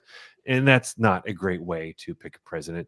So I would say ranked choice is fine, but I think a lot of people misunderstand how it would be implemented within the current system that we are forced into anyway, because it's constitutional. So I always like to make that clear, because we're like, well, if we rank choice, we have a lot of different parties running. I'm like, yes, it's true, but you have to play that out in how it works out throughout. The reason that third parties don't succeed is because they don't build coalitions. They just run for president. That's not the way you can win. You have to win local elections and state elections, and then in federal elections, and then you have a coalition by which, if there's multiple parties, again, taken out of the hands of the voters and given to the hands of Congress, which is not great. So I would say it's not S tier, it's A or B tier, but I think there's other things that would have to take precedence before that. What do you think, TJ? I would put it in S because, yeah, Wiseacre's correct that you, like, the Electoral College kind of stymie that. But I think that it can be implemented on the state level, like Alaska does ranked choice voting and everything. And so if we have it, like, we found some way that get it spread across the country, that would actually build the third parties. Like you said, like Wiseacre's, like, the third parties don't have any massive client base is the wrong word, voting base, obviously a voting base. It would help states for sure. It would not help in the federal level. Yeah. So I'm all on board with that, because it could it is necessary, like, for getting Congress or mayors and city councils and stuff, and getting third parties representation there. I don't see how that. I mean, I guess it could hurt the country, because you've seen the electorate, right? But I think that it would be good. I put it at the S. What about you, John? The problem was, like, how do you convince states to do it if it's not a federal mandate? And it wouldn't, like, that's what's difficult about the United States, is, like, you want states to be able to have power over how they want to elect people. So if it becomes a mandate, I'm like, well, then just go for all of it. I agree with Wiseacre that it would not affect the presidency that much, but I do think, like, if you mandated federally ranked choice voting, it would have massive impacts on Congress and how parties are developed in general. And yeah, I would also like to get rid of the Electoral College, but I didn't think of that to put it on this list, so it's just not included. But I'm going to put it in A because I agree that it's super important with TJ. But I also don't think it's sexy enough to be a headline. This is going to drive people to go out and support our project. But I do think it is a must-have in terms of accomplishing all of these goals in the long term. And I have the mouse, so I get to make these decisions. The next one. Codifying abortion rights. I think that's an S tier policy. I think it's probably top S tier policy because it will mobilize. We've seen it mobilize, and it's also very impactful. What do you guys think? Yeah, I do. I just, I mean, once again, we're constrained by our current system and what we can and can't do here. That they're not going to. Again, TJ, I don't worry about I what know. we can and cannot do. This is our wish list project. Yeah. This is like starting from the ground. Like, this is what we're going after, right? Yeah. So, all right, contingent upon this being possible, what the Democrats would need to do with all of this is just grow a fucking spine. Okay. Actually, you know what? Maybe it would be, because for those of you wondering what we're talking about, in order for them to actually codify abortion into law, they got to pass a bill through Congress and make it a law. Now, going through Congress, the Democrats can do that, or going through the House of Representatives, they can do that. The House control flips back and forth all the time. The Senate is where it becomes a problem, because in order to vote, a bill only needs 51 votes in the Senate to become a law. It only needs 51. But in order for that vote to take place, it needs 60 votes it's got to overcome the filibuster. Yes, it's got to overcome the filibuster. And then it's okay. Now that we have 60 votes, we can actually take this vote. So it doesn't matter if you have 51 supporting it, 55 supporting it. If you can't get that 60 to say, okay, let's vote on it, it will never happen. And there's always going to be Republicans that will invoke it, that will always have to make it go to that. That's what they do every time. What do you make it? They do the filibuster every time. Oh yeah. Mm-hmm. Yeah. Unless it's some things that you can do with the budgets and shit. Yeah. So anyway. For the sake of argument here, guys, we are assuming that the next 4 years plays out. Like, we're lost in the weeds. The last 4 years of the Bush presidency on steroids, where there's economic collapse right at the end. There is a mandate to rule with a supermajority. So whatever. Well, what I was going with that is the reason that I'm like maybe foolishly optimistic here is that Trump and the Republicans because sorry, the whole Overplayed. argument against the filibuster, against getting rid of the filibuster, is that, well, if we do it, can you imagine what the Republicans are going to do when they take power? We've seen it, okay? We've seen it. And by the way, if you don't think that they're going to try to overcome the filibuster to make a national abortion ban, you have another thing coming. They are going to absolutely try that. So yes, do it. Like the Republicans have shown they're not afraid to do it already. Go ahead, get rid of the filibuster, or presuming you ever win the Senate again, and then we can go through that. So yeah, I think that would be absolute top of the list because it's got to happen. What do you think, Wiseacre? I'm going to be annoying and nuanced, but I think it is. It is an S tier. But we have to really define. Like we just think about abortion and we keep it this huge. Like, at what point is it? Is it through the entire? Because here's the thing: we are not a monolith. Republicans aren't really a monolith, but they are. Because of their background, they vote as a monolith. I wish Democrats did that, but a democracy is allowing people to be who they are and to express their voice. And that's also annoying because people are very, very varied in their opinions. So, like, there are plenty of people on the left who are for a woman's right to choose. But when you start getting specific about when it's okay or not okay, you have people who are like, it's always okay whenever, it doesn't matter. Then you have people who are like, well, it's only up and okay until a point, or it's only okay if it's about danger. Like, that's what gets really difficult in the weeds in terms of it's S tier, yes, but I think you have to have parameters to get a lot of people. Because when you're general, that's cool, but you can't pass laws generally. You have to be a little bit specific because when you're general, you get Donald Trump and you get the fucking shit that they're doing because we don't conceive of the way people could abuse it. So I think it's S tier, but it also has to be really, really written in a way that makes sure that people feel that they are comfortable with the parameters of it. Because not everyone's on the same page on that. They just aren't. Well, Wiseacre, next time we have a full segment on abortion rights, we will have that nuanced discussion with you. But we got to move on, so we're keeping it in S tier. So 4-day work week is next. I put this in the nice to have. I think it is something that can get a lot of popular support. I think there's a lot of evidence that it is very strong, like for so many different reasons. It would improve so many people's lives. But I think it is also not really a must-have. So that's where I would put it. What do you guys think? Yeah, low. Because you have different industries that 4-day work week isn't necessarily possible. Like farming. Yeah, we're talking when we talk about 4-day work week, we're talking about corporate America. The people who are currently on a 5-day 9-to-5 schedule are now on a 4-day 9-to-5 schedule. I think that's fine. It's not sexy, and I think a lot of people who are in business will be really, really, really resistant to it. But they will.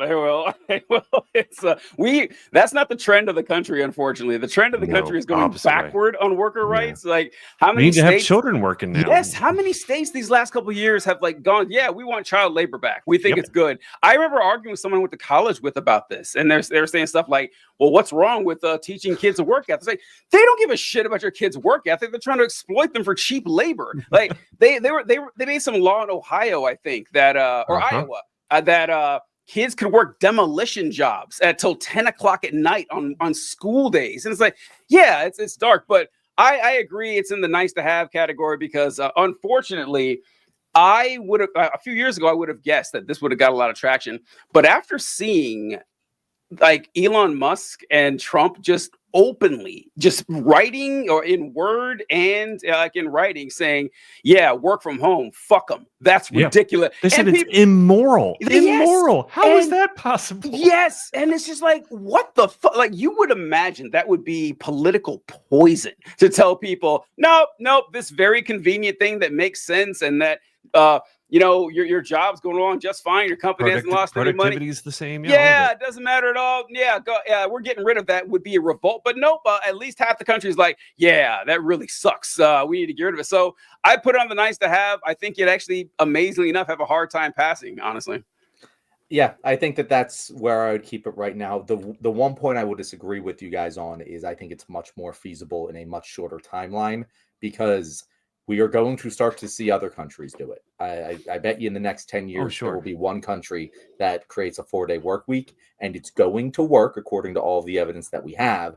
And when it does work and when it does serve business interests, you're going to see more popular support for it, we might be one of the last countries to adopt it, but I do think that the inevitable march of progress will just make it a necessary thing for us to get someday. So it should be part of the project. But I agree with you. We don't have the political will for it. There's bigger fish to fry.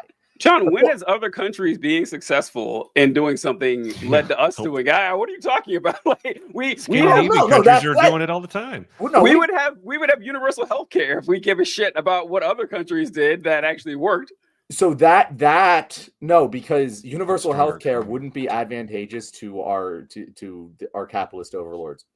Well, what I'm saying is that a 4-day work week is profitable, and eventually what is profitable will win out. But it has to be proven beyond a shadow of a doubt before like they actually come around to believing it.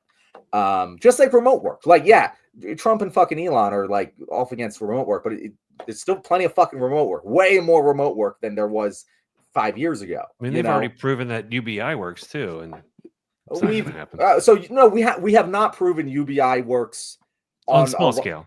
I'm a huge UBI advocate. What I'm saying is we haven't proven it would work on a huge nationwide scale. True. Just like we haven't proven 4-day work week would work, but we have proven it'll work on and those things could very much go hand in hand. Exactly. And eventually enough private companies will switch to a 4-day work week that suddenly people are going to see their friends having fun on Friday and go, I want that.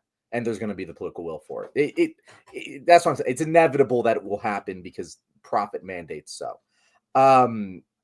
Assault weapons ban.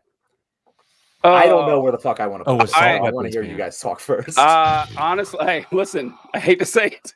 America's not cool with that. I'm putting it on. It's either nice to have or honestly not worth focusing on. I hate to say it, but it's like what you. I don't. Fuck it. I don't hate to say it. It's true. Like the will of the American people to ban assault weapons, I don't think it's not high. It's not. If it were, we'd see a lot more of it. And and also the assault weapons ban. I gotta be careful when I say shit like this, but it's true because the assault weapons ban. While obviously it would be good. You know, it would help decrease the violence that's caused by it. But I mean, if you look up the number of deaths caused by these type of firearms, it's like in the grand scheme, it's minuscule. Like it is minuscule. Like the overwhelming gun violence deaths are going to be like suicides and stuff like that, or or just like individuals with handguns and stuff. Like it's solving the problem is a lot bigger than the assault weapons ban because what's on the news are the mass shootings where 10 people die or 7 people die. Actually, not anymore. To get it to be on the news now, you need like 40 people to die in a mass shooting because they're so common. But the assault weapons ban doesn't do enough to solve the big part of the gun problem. What do you think, Weiser? I agree with you. I was going to say if there's on here a list of sensible gun laws, that definitely takes precedent. But be like basically whatever the Department of Transportation uses for licensing to driving a car. Same with a weapon. You have to go through courses and classes and get certified and get like those kinds of laws. I think would supersede a assault weapons ban in terms of effectiveness. If that's the goal. My question for you though, John, is this a platform by which we want to be winning and elected on, or just a general platform after we're elected?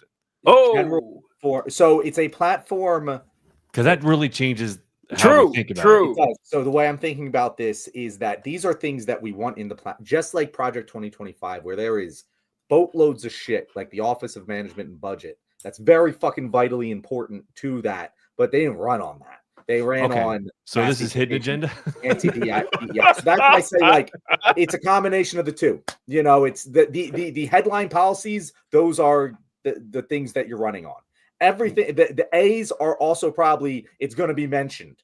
Everything below that, it might be mentioned. Because I would frame things really differently to win an election, but things I would want to do would be different than that. Yeah. This is Project Duplicity is what we're running on here.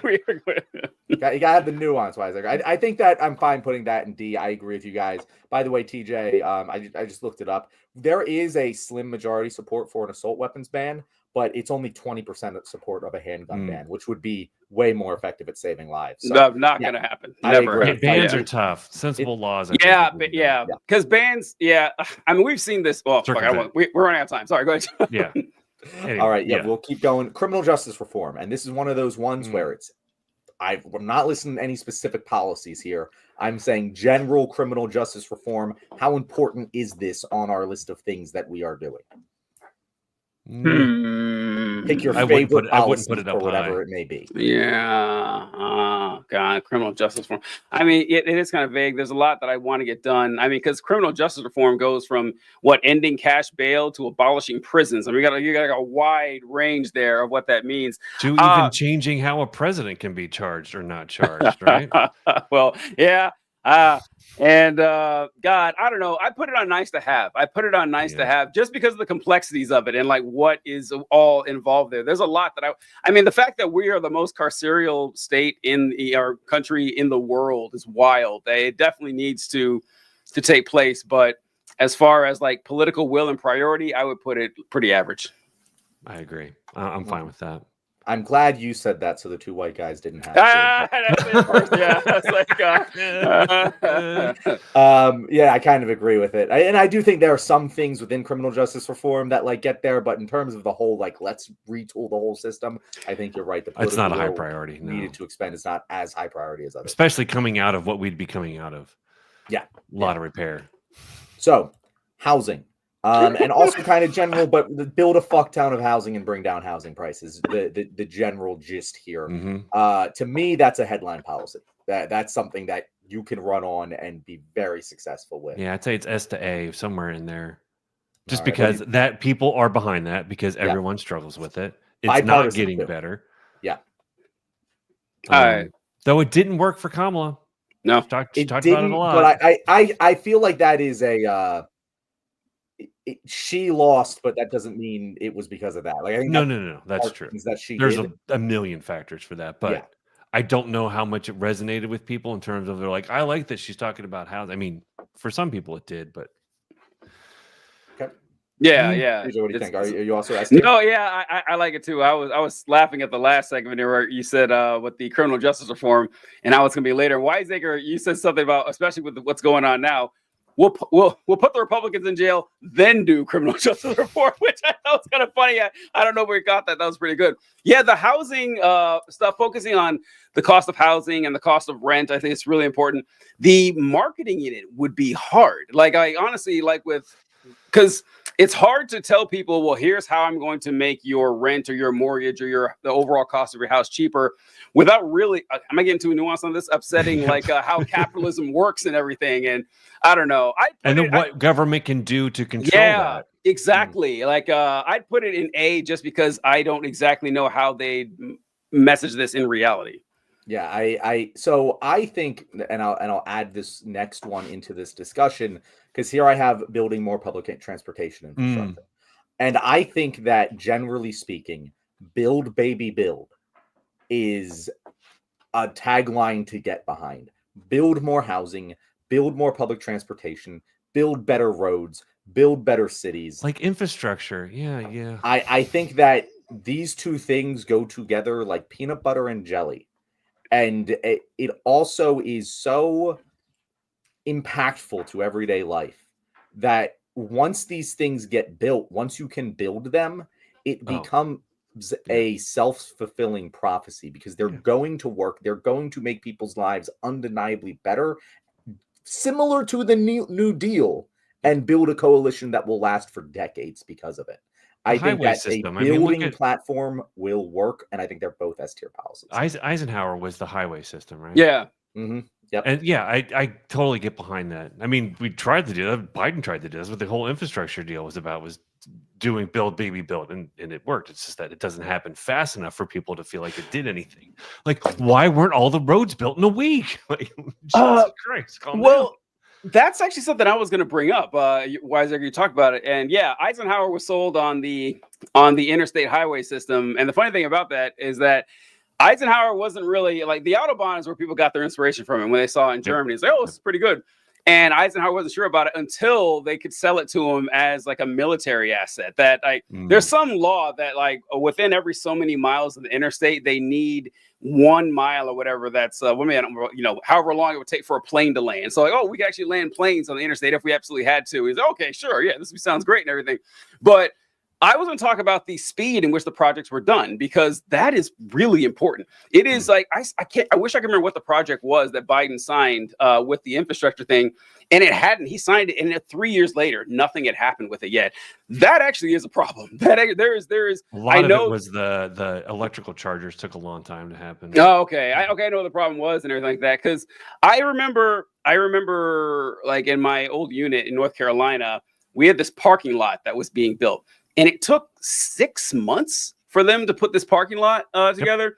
Yep. And I remember looking up how long it took the Empire State to be built. And let me see if I can find out exactly how long it took for the Empire State. 1 year. The Empire State Building was built in 1 fucking year. And it took 6 months to build a part. Now, I know there's more regulations and there's more checks and stuff, more safety stuff. I got it.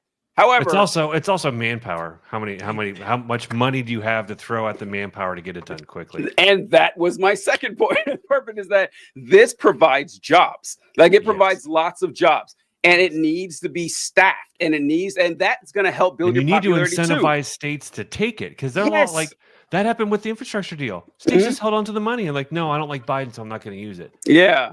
Yeah, and that's why you do, like an interstate system. You just build, and you say, employ people, and meet build. Me in court. I'm gonna build it, and by the time this lawsuit is over, it's gonna be almost done being built. Like that's what you just gotta fucking do, and I think it works.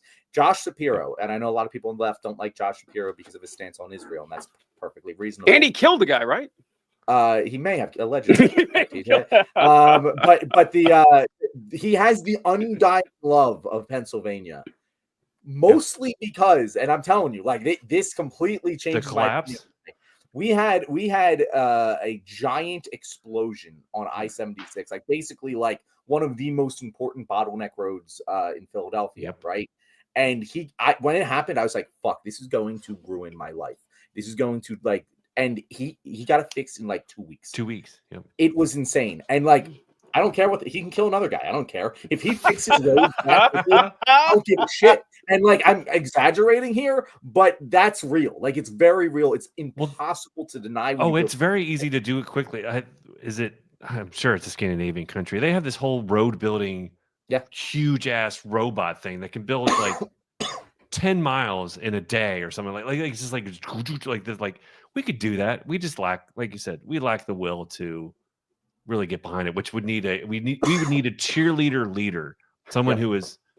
And that's the problem with Biden's infrastructure bill. It was complicated. I don't see what it did. And he wasn't out there talking about it. I literally don't know. I'm sure there's things that have improved my life about it, and I do not know. You don't know. I pay attention to this shit. Well, he didn't put his name on it. No. Well, yeah. First, the name was so shitty. Build Back Better. I remember I thought Build Back Better was an awful name, and then so I was like, oh, it's a reference to this something from like World War II. I was like, I don't care. It still sounds like garbage. I always hated that name. And the cheerleading's important, and most important is what you said, John. Like, fuck you. I'll see you in court. I'm doing it anyway. We actually need that, and you know what? And when it happens, the people will be grateful. They'll be like, oh, finally, like we have, like, my kids don't have to walk across a busy intersection to go to school since we have a bridge over for them. I mean, let's be honest. That's why people voted for Trump.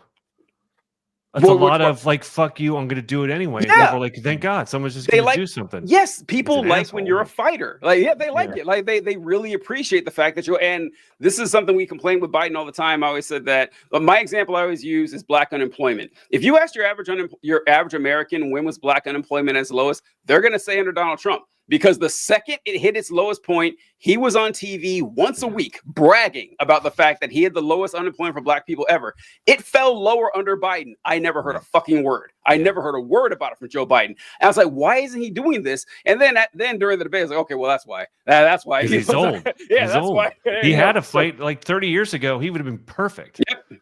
Yeah, that's a very good point. He's a president made for radio, guys. All right.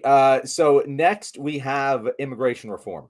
And again, this is going to be a pick your poison. I'm not going to give a specific, I'm an open borders guy, but I'm not going to say open borders, but I mean meaningful immigration reform with a clear pathway to citizenship.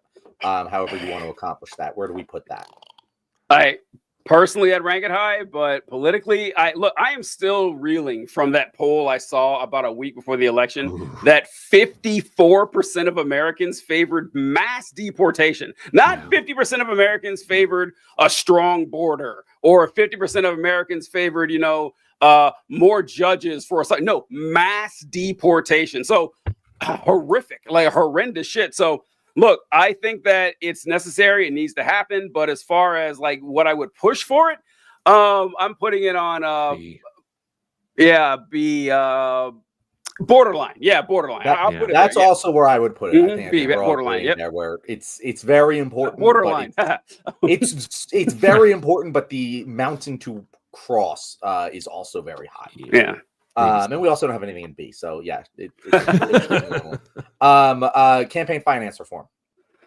Oh yes. Again, pick your poison, but general campaign like overturn. Yes, all the way yes. All the way up. Yeah. I was going to say like that's almost a requirement to any of these things getting done because you're going to have fucking lobbyists get in the way of any progress. Being like, 4-day work week. That's going to hit your bottom line, Mr. Billionaire. Like, I know. It's like, I would love to hear the Republicans argue against taking money out of politics. I'd love to hear that. Please tell me why lobbyists are fucking necessary. Well, why is this a necessary function of our government? It needs to go. And I think that's a message that could relate to your average Republican, even your the reddest Trump supporters. Like, yeah, let's not have billionaires financing this shit. Except Elon Musk, of course, they'd love that. But outside of, he's a unique case. But just like business interests in general, not getting involved in politics, I think you could get a lot of support on that. I think you need to recategorize lobbyists too. Like I have had instances with clients where a lobbyist is helpful because they don't know how to get a law introduced. Who do you talk to? How do you write it? What do you have to put in it? How does it get to the right people? Is there certain that like lobbyists can help with that because they do understand it, but that's about it. That's I think their limitation should be in terms of helping the citizens or a business or a nonprofit or whatever get something in front of politicians as legislation, and that's where it should stop. The connection needs to be severed, but the expertise should be available. Correct. Yes. Wiseacre, after I got in the military, I joined the same place I'm working now, a community action organization in Indiana, and Community Action Poverty Institute. And I went to the Indiana General Assembly. I was an intern there, and I said, lobbyists, they actually do hang out in the lobby. Like the name is accurate. They just hang out waiting for the representatives to show up. Is that why they're called lobbyists? They really do. There's a better reason than that. That's simple. They hang out in the lobby. That's exactly what they do. They just wait outside the doors and then swarm them when the session ends. But we had a lobbyist. And when I would talk about my job sometimes, people say, our lobbyist, like, it's not like that though. Like our lobbyist is a good lobbyist. Like our lobbyist is like helping to craft policies to help poor people and shit. Like they're not, working for it's Exxon like a defense attorney. It's like, but one of the good ones. One of the good ones. Yeah, exactly. You have to bound them, and then they're thinking, but it's a requirement to change this. The fucking Citizens United. Yeah. Yeah, and as TJ said, the political will is there. The only reason that it doesn't actually happen now is because the Democratic politicians don't have the will to do it because they don't want to. But if you got a critical mass of them to do it, it would be very successful. So I'm going to put this one. This is just higher education. Free college, free tertiary education is what I really think it should be. / student loan forgiveness. Where do we put this? I like the name free tertiary education. That's really good. You'd lose all the Republicans with the word tertiary, but it's a good because I would talk to people about this, and I'd always trap them when Bernie Sanders put up his free college thing, and they said, "Well, I'm against it," and I was like, and they'd always say the same thing. Well, if he supported free trade schools, I'd be for it. I thought it's good news. He does. It's actually in the bill that trade schools are on the, and they still didn't. They were lying, of course, but I like it. I don't know how much it would catch on. Someone say B. That's what I was going to say. Yeah. Okay, that's what I was going to say too. B. Mm-hmm. Okay, it's funny because I always like to tell people, I'm like, so you're for public education all the way through for free. Mm-hmm. And then once you get to college, nope, no more. Nope. Can't do that. I'm like, that's a weird line to put. Yeah. Isn't it strange how the way you think it just should be is the way it's always been your whole life? Isn't it a weird coincidence that the rest of education being free, that's just normal. The thing that hasn't been free your whole life, that would be weird. Use that argument while you can, folks, because I think very quickly public Republicans education are will going to not be be against free. that too. They're going to be Yep. against free They are education for against kids it. anyway. Yeah. Jesus So fucking Christ. Yeah. That well, speaking of which, our next one, free school lunch. I think that this is what was that? Oh, okay. Sorry. Go ahead. Yeah.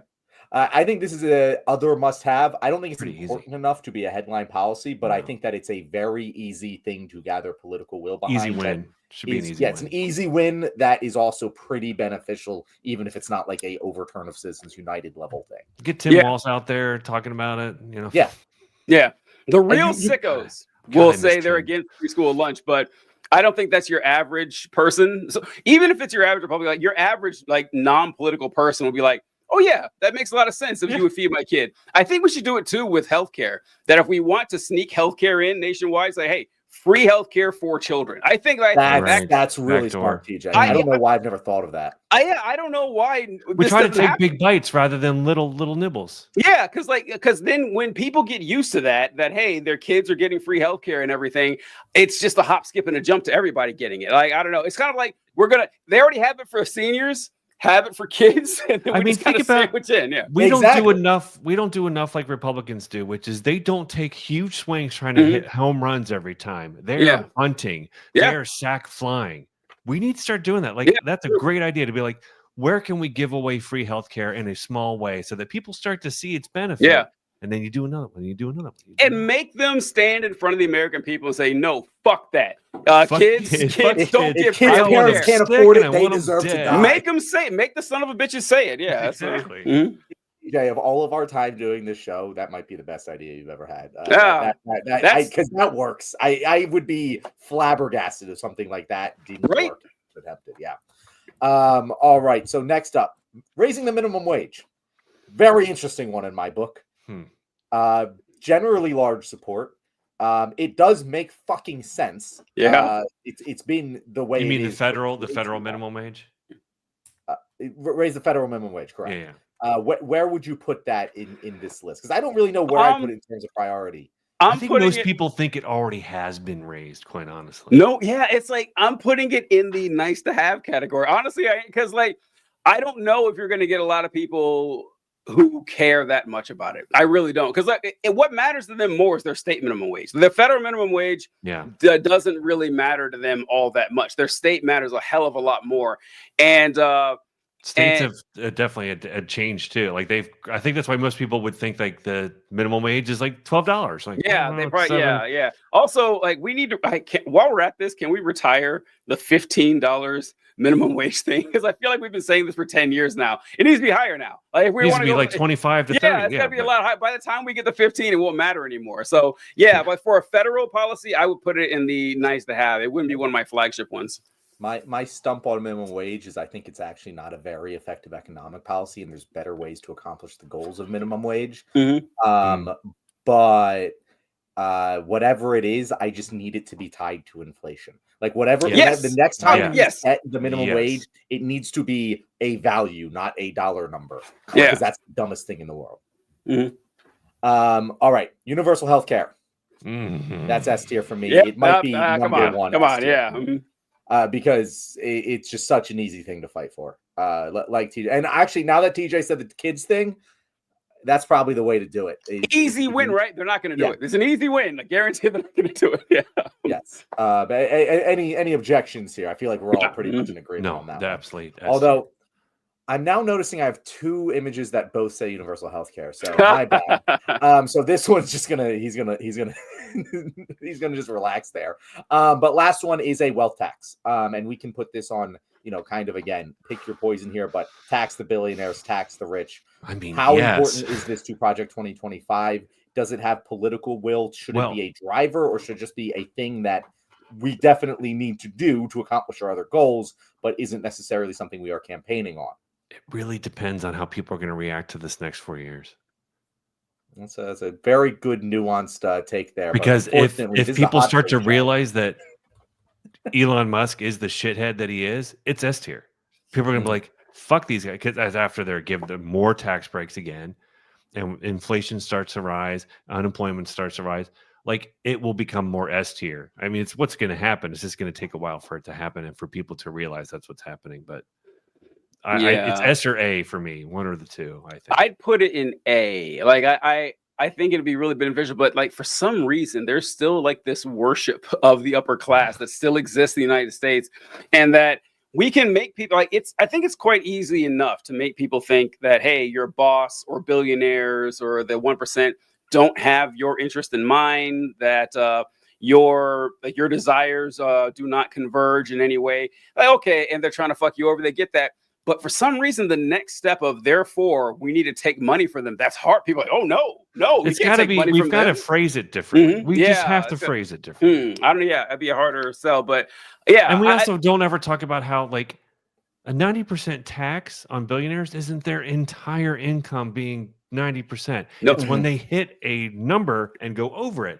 That is the 90%. Like if they're making this is $500 million a year, after that much, it's 90% of that amount is taxed 90%. Like people don't really understand that because it's very confusing. Well, I don't think John's talking about marginal tax. You're talking about like property, right, John? Is that what you're talking about? This is a pick your poison. Okay. Oh, never mind. Raise taxes on the rich in some way. Tax policy is very complicated. There's about 80 million ways to do this. We don't have time to discuss every one. Yeah. In general, raising taxes on the rich, whether it's a wealth tax, whether it's marginal tax rates, whether it's whatever.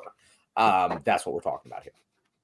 I want to pull up Kyle said abolish the minimum wage and give power back to the unions. Kyle, I'm all for it. Like if you guys ever get in an argument with a libertarian and talk about why the minimum wage should go up, libertarians like to say, well, those countries you guys always try to emulate, like the Nordic countries, they have no minimum wage, and they're right, they don't. But they also have like a 70% union that we have 10, right? So if you have countries that a 70% union workforce, those 30% have to compete with them, and the wages are going to be pretty high. Yeah. So if you're working in a socialistic economy, where that's what it's going to benefit having no minimum wage. We're not. We're an exploitative economy. Therefore, getting rid of a minimum wage just means that capitalists are going to be like, "Oh, cool, I can exploit everyone now."